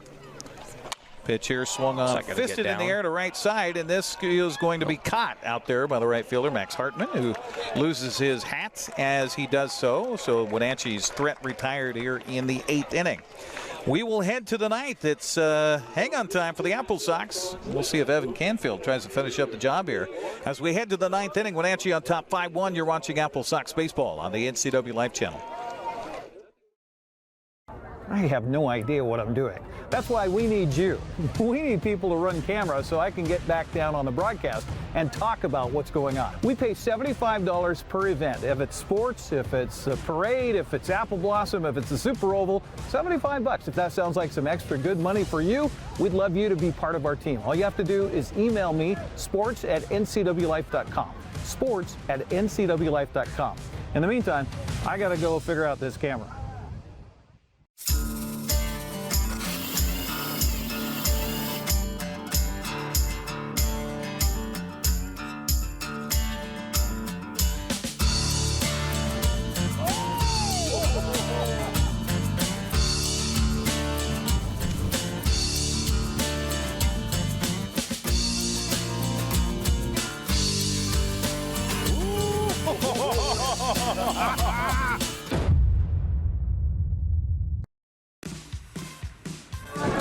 Welcome back once again as we head to the top of the 9th inning, and due up for the Bellingham Bells, the middle part of their order, Dale Ruiz, Colton Bauer, and Ty Saunders. That's the order due up to face Evan Canfield. Fantastic job of relief for Evan here tonight for the Wenatchee AppleSox. He is pitching in his official, let's see, 4th, 5th, 6th inning of relief. Is that right? He came in the 4th. Yeah, so he's throwing 4 1/3 right now. So Canfield trying to finish up his own game tonight because he's the official pitcher of record as Wenatchee took the lead in his presence on the mound. Plus he's came in back in that 4th inning to relieve Felix Schlade, and the first pitch popped up foul, and I think we're safe behind us. Caught behind it. Yeah. How about that? 0-1 the count here to Daryl Ruiz, who's 0 for 3 of the ball game with a strikeout to ground out, and he popped foul to the catcher back in the 6th. Canfield ready. The 0-1 pitch is a curveball. Strike called in the count quickly. 0-2. Canfield trying to earn his 3rd win of the season for the AppleSox. And the pitch on the way is strike 3 called. Gone looking for the first out here in the 9th inning is Daryl Ruiz. He had a little bit of extra on that, didn't he? He did. He did. He is feeling the crowd here tonight. A good crowd on hand for this Tuesday night series opener between Bellingham and Wenatchee. One down brings up Colton Bauer. Catcher is 0 for 3 with a couple of strikeouts tonight. Pitch by Canfield is in there for a strike. 0-1 the count. Canfield just feeling it right now, wants to just finish her off. He's got 3 strikeouts in relief for the AppleSox. Wenatchee has fanned 8 Bell batters here tonight. This pitch swung on and hit in the air to right field. And Carson Oland is kind of circling around out there. Will make the catch for the out. So 2 down for the AppleSox, and it has been a while for Wenatchee to get through a game without an error. I hate to bring that up right now, but I just said that, and so far that column of the scoreboard is empty. Ty Saunders between Evan Canfield and a win here tonight for Wenatchee. Canfield looks in, has the sign, and here's the first pitch to Saunders. It's a little bit low for a ball. He's been hitting the ball really well today. Yeah, Saunders is 2 for 3 in the ball game. Couple of base hits. He scored Bellingham's only run back in the 4th. Wenatchee scored 2 runs in the 1st. Bellingham cut the lead with that run in the 4th. Then Wenatchee added on in the 7th. This pitch misses low for a ball. 2-0 the count. Wenatchee adding 3 runs in the 7th to lead it here 5-1. Felix Slade worked out of a few jams early in this ball game, and then Evan Canfield has come on and just shut Bellingham down. Said, that's enough. No more for you. No soup for you. The 2-1 pitch to Saunders is a little bit outside for ball 3.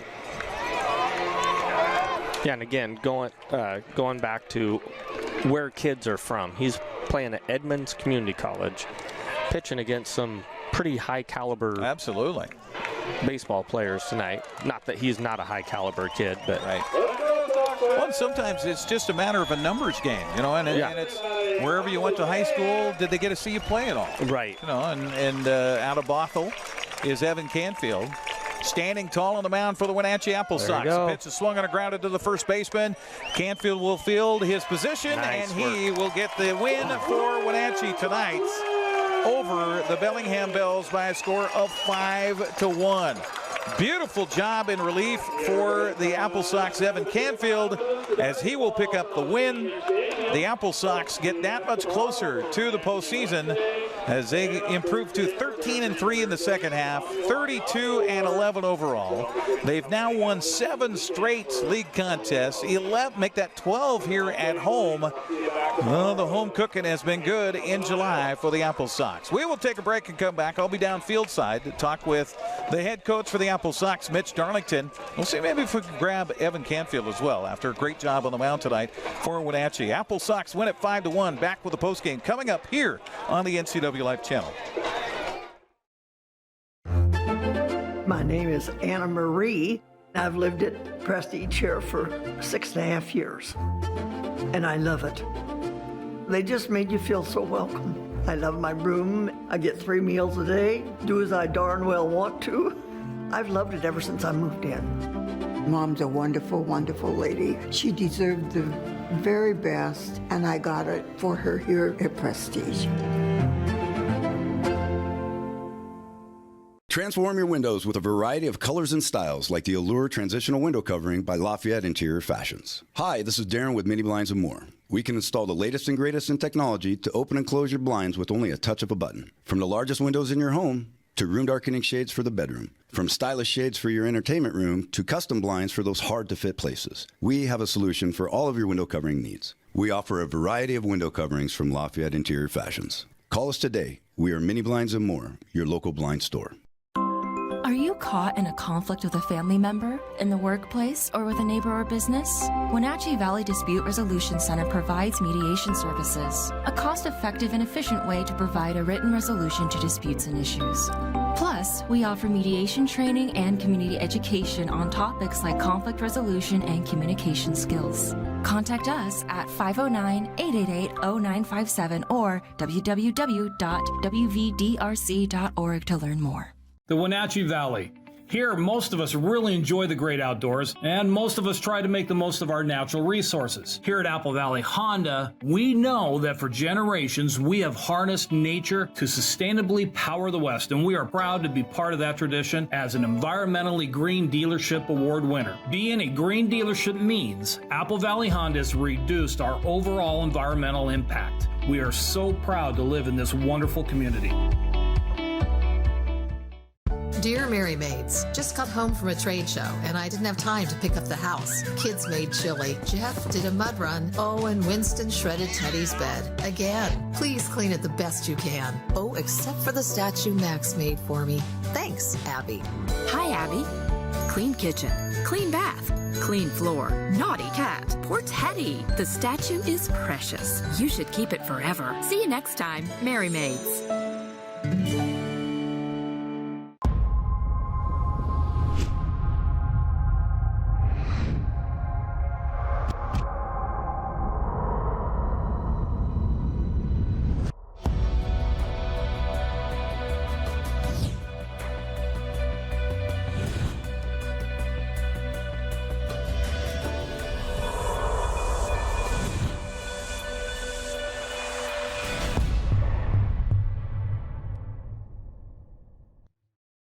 I chose a career at Confluence South because I wanted to help people, and I knew there would be opportunities for growth.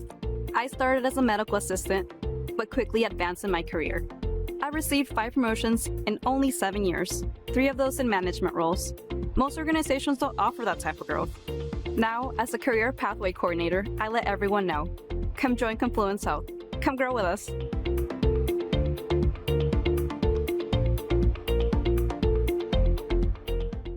JDSA Law is a proud sponsor of these local event broadcasts. JDSA Law has been serving North Central and Eastern Washington since 1946. For over 70 years, their team of dedicated professionals has delivered quality, innovative legal services. JDSA Law partners with you to provide the finest legal advice and support as you navigate your personal and business challenges, your risks, and your accomplishments. JDSA Law supports the TV broadcasts of these local community events.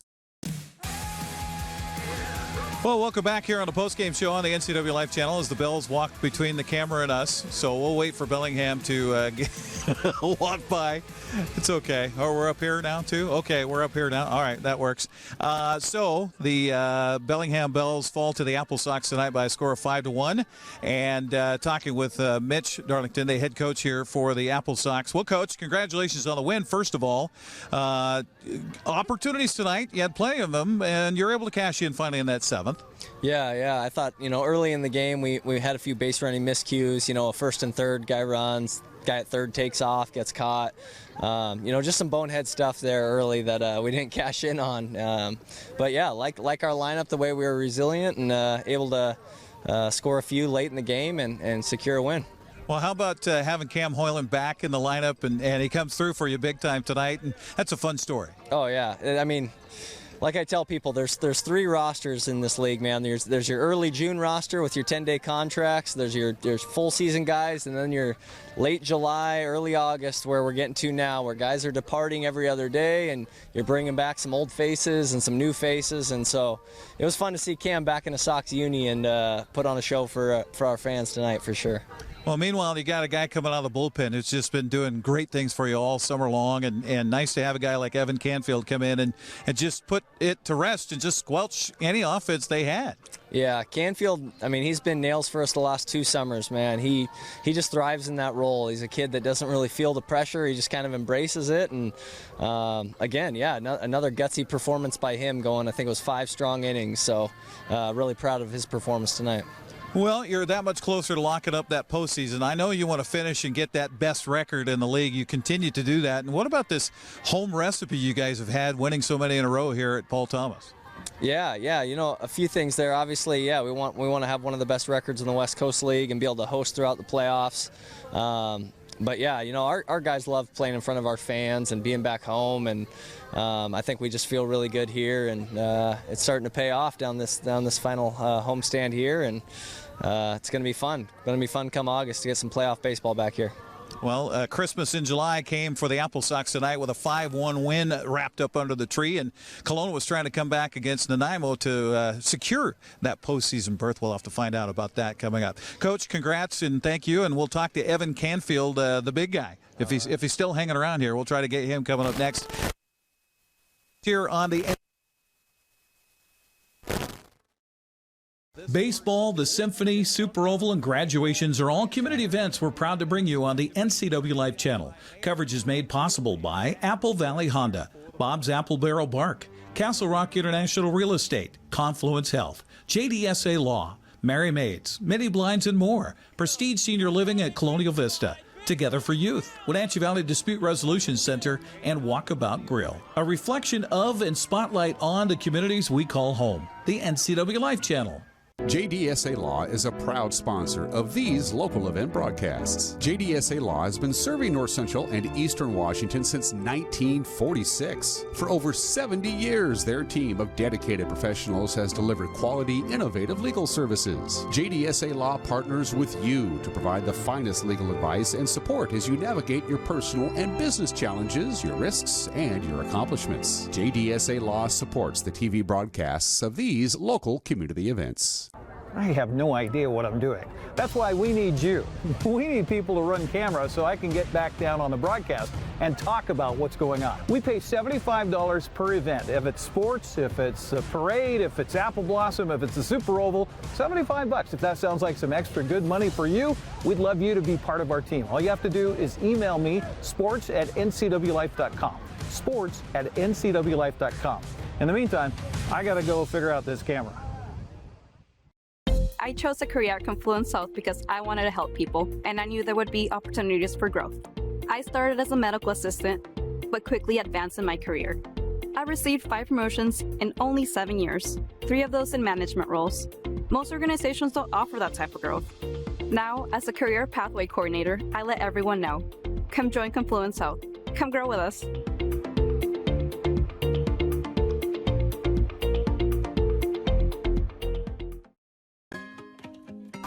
Our post-game show continues here on the NCWLIFE. Evan Canfield, who came in and just shut.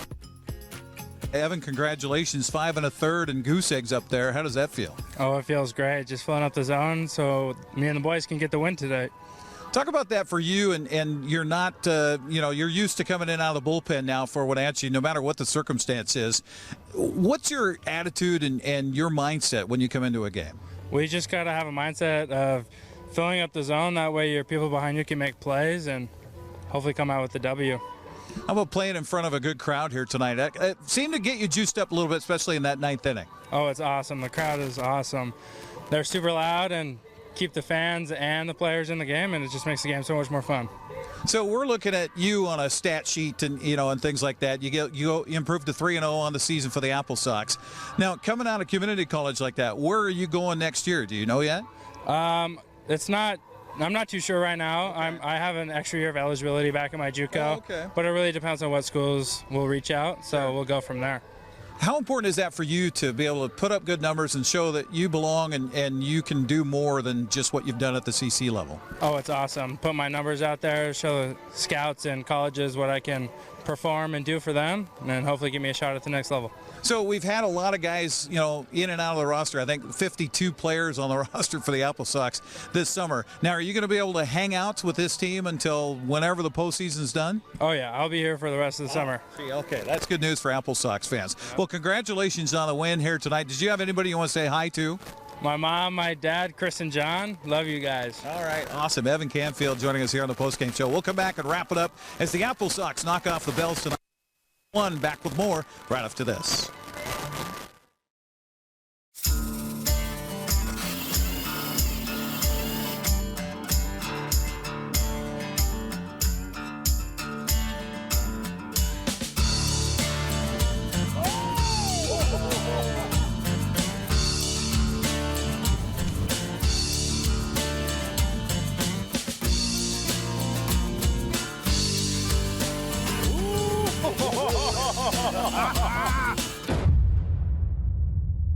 The Wenatchee Valley.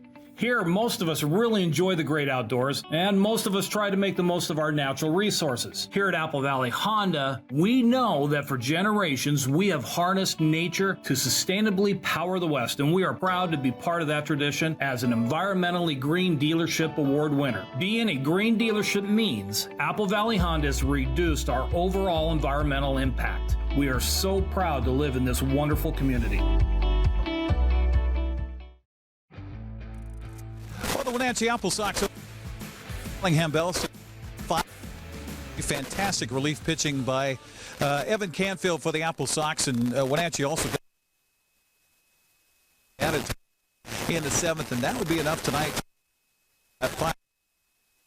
That's going to wrap it up for our broadcast. Don't forget the AppleSox are here home against Bellingham again tomorrow and the next night at 6:35. And then the weekend series will wrap up the regular season part of the home schedule against Edmonton. We'll be back here on Friday for that game here as well, starting at 6:30 with Brandon Schmitten and yours truly on the call. Thanks to everybody who watched. Thanks to everybody who worked behind the scenes to make it happen. And thank you for joining us for AppleSox Baseball, where the AppleSox win tonight 5-1. Have a good night, everybody. Pitch to the plate on an 0-2 swing. You've been watching a special presentation of AppleSox Baseball on the NCWLIFE Channel. Today's broadcast has been a service of these fine sponsors: Apple Valley Honda, Confluence Health, JDSA Law, Mary Maids, Mini Blinds and more, Prestige Senior Living at Colonial Vista, Together for Youth, the Wenatchee Valley Dispute Resolution Center, and the Walkabout Grill. Thanks for watching this special presentation of NCWLIFE Channel, your local TV station. We now return you to regular programming already in progress.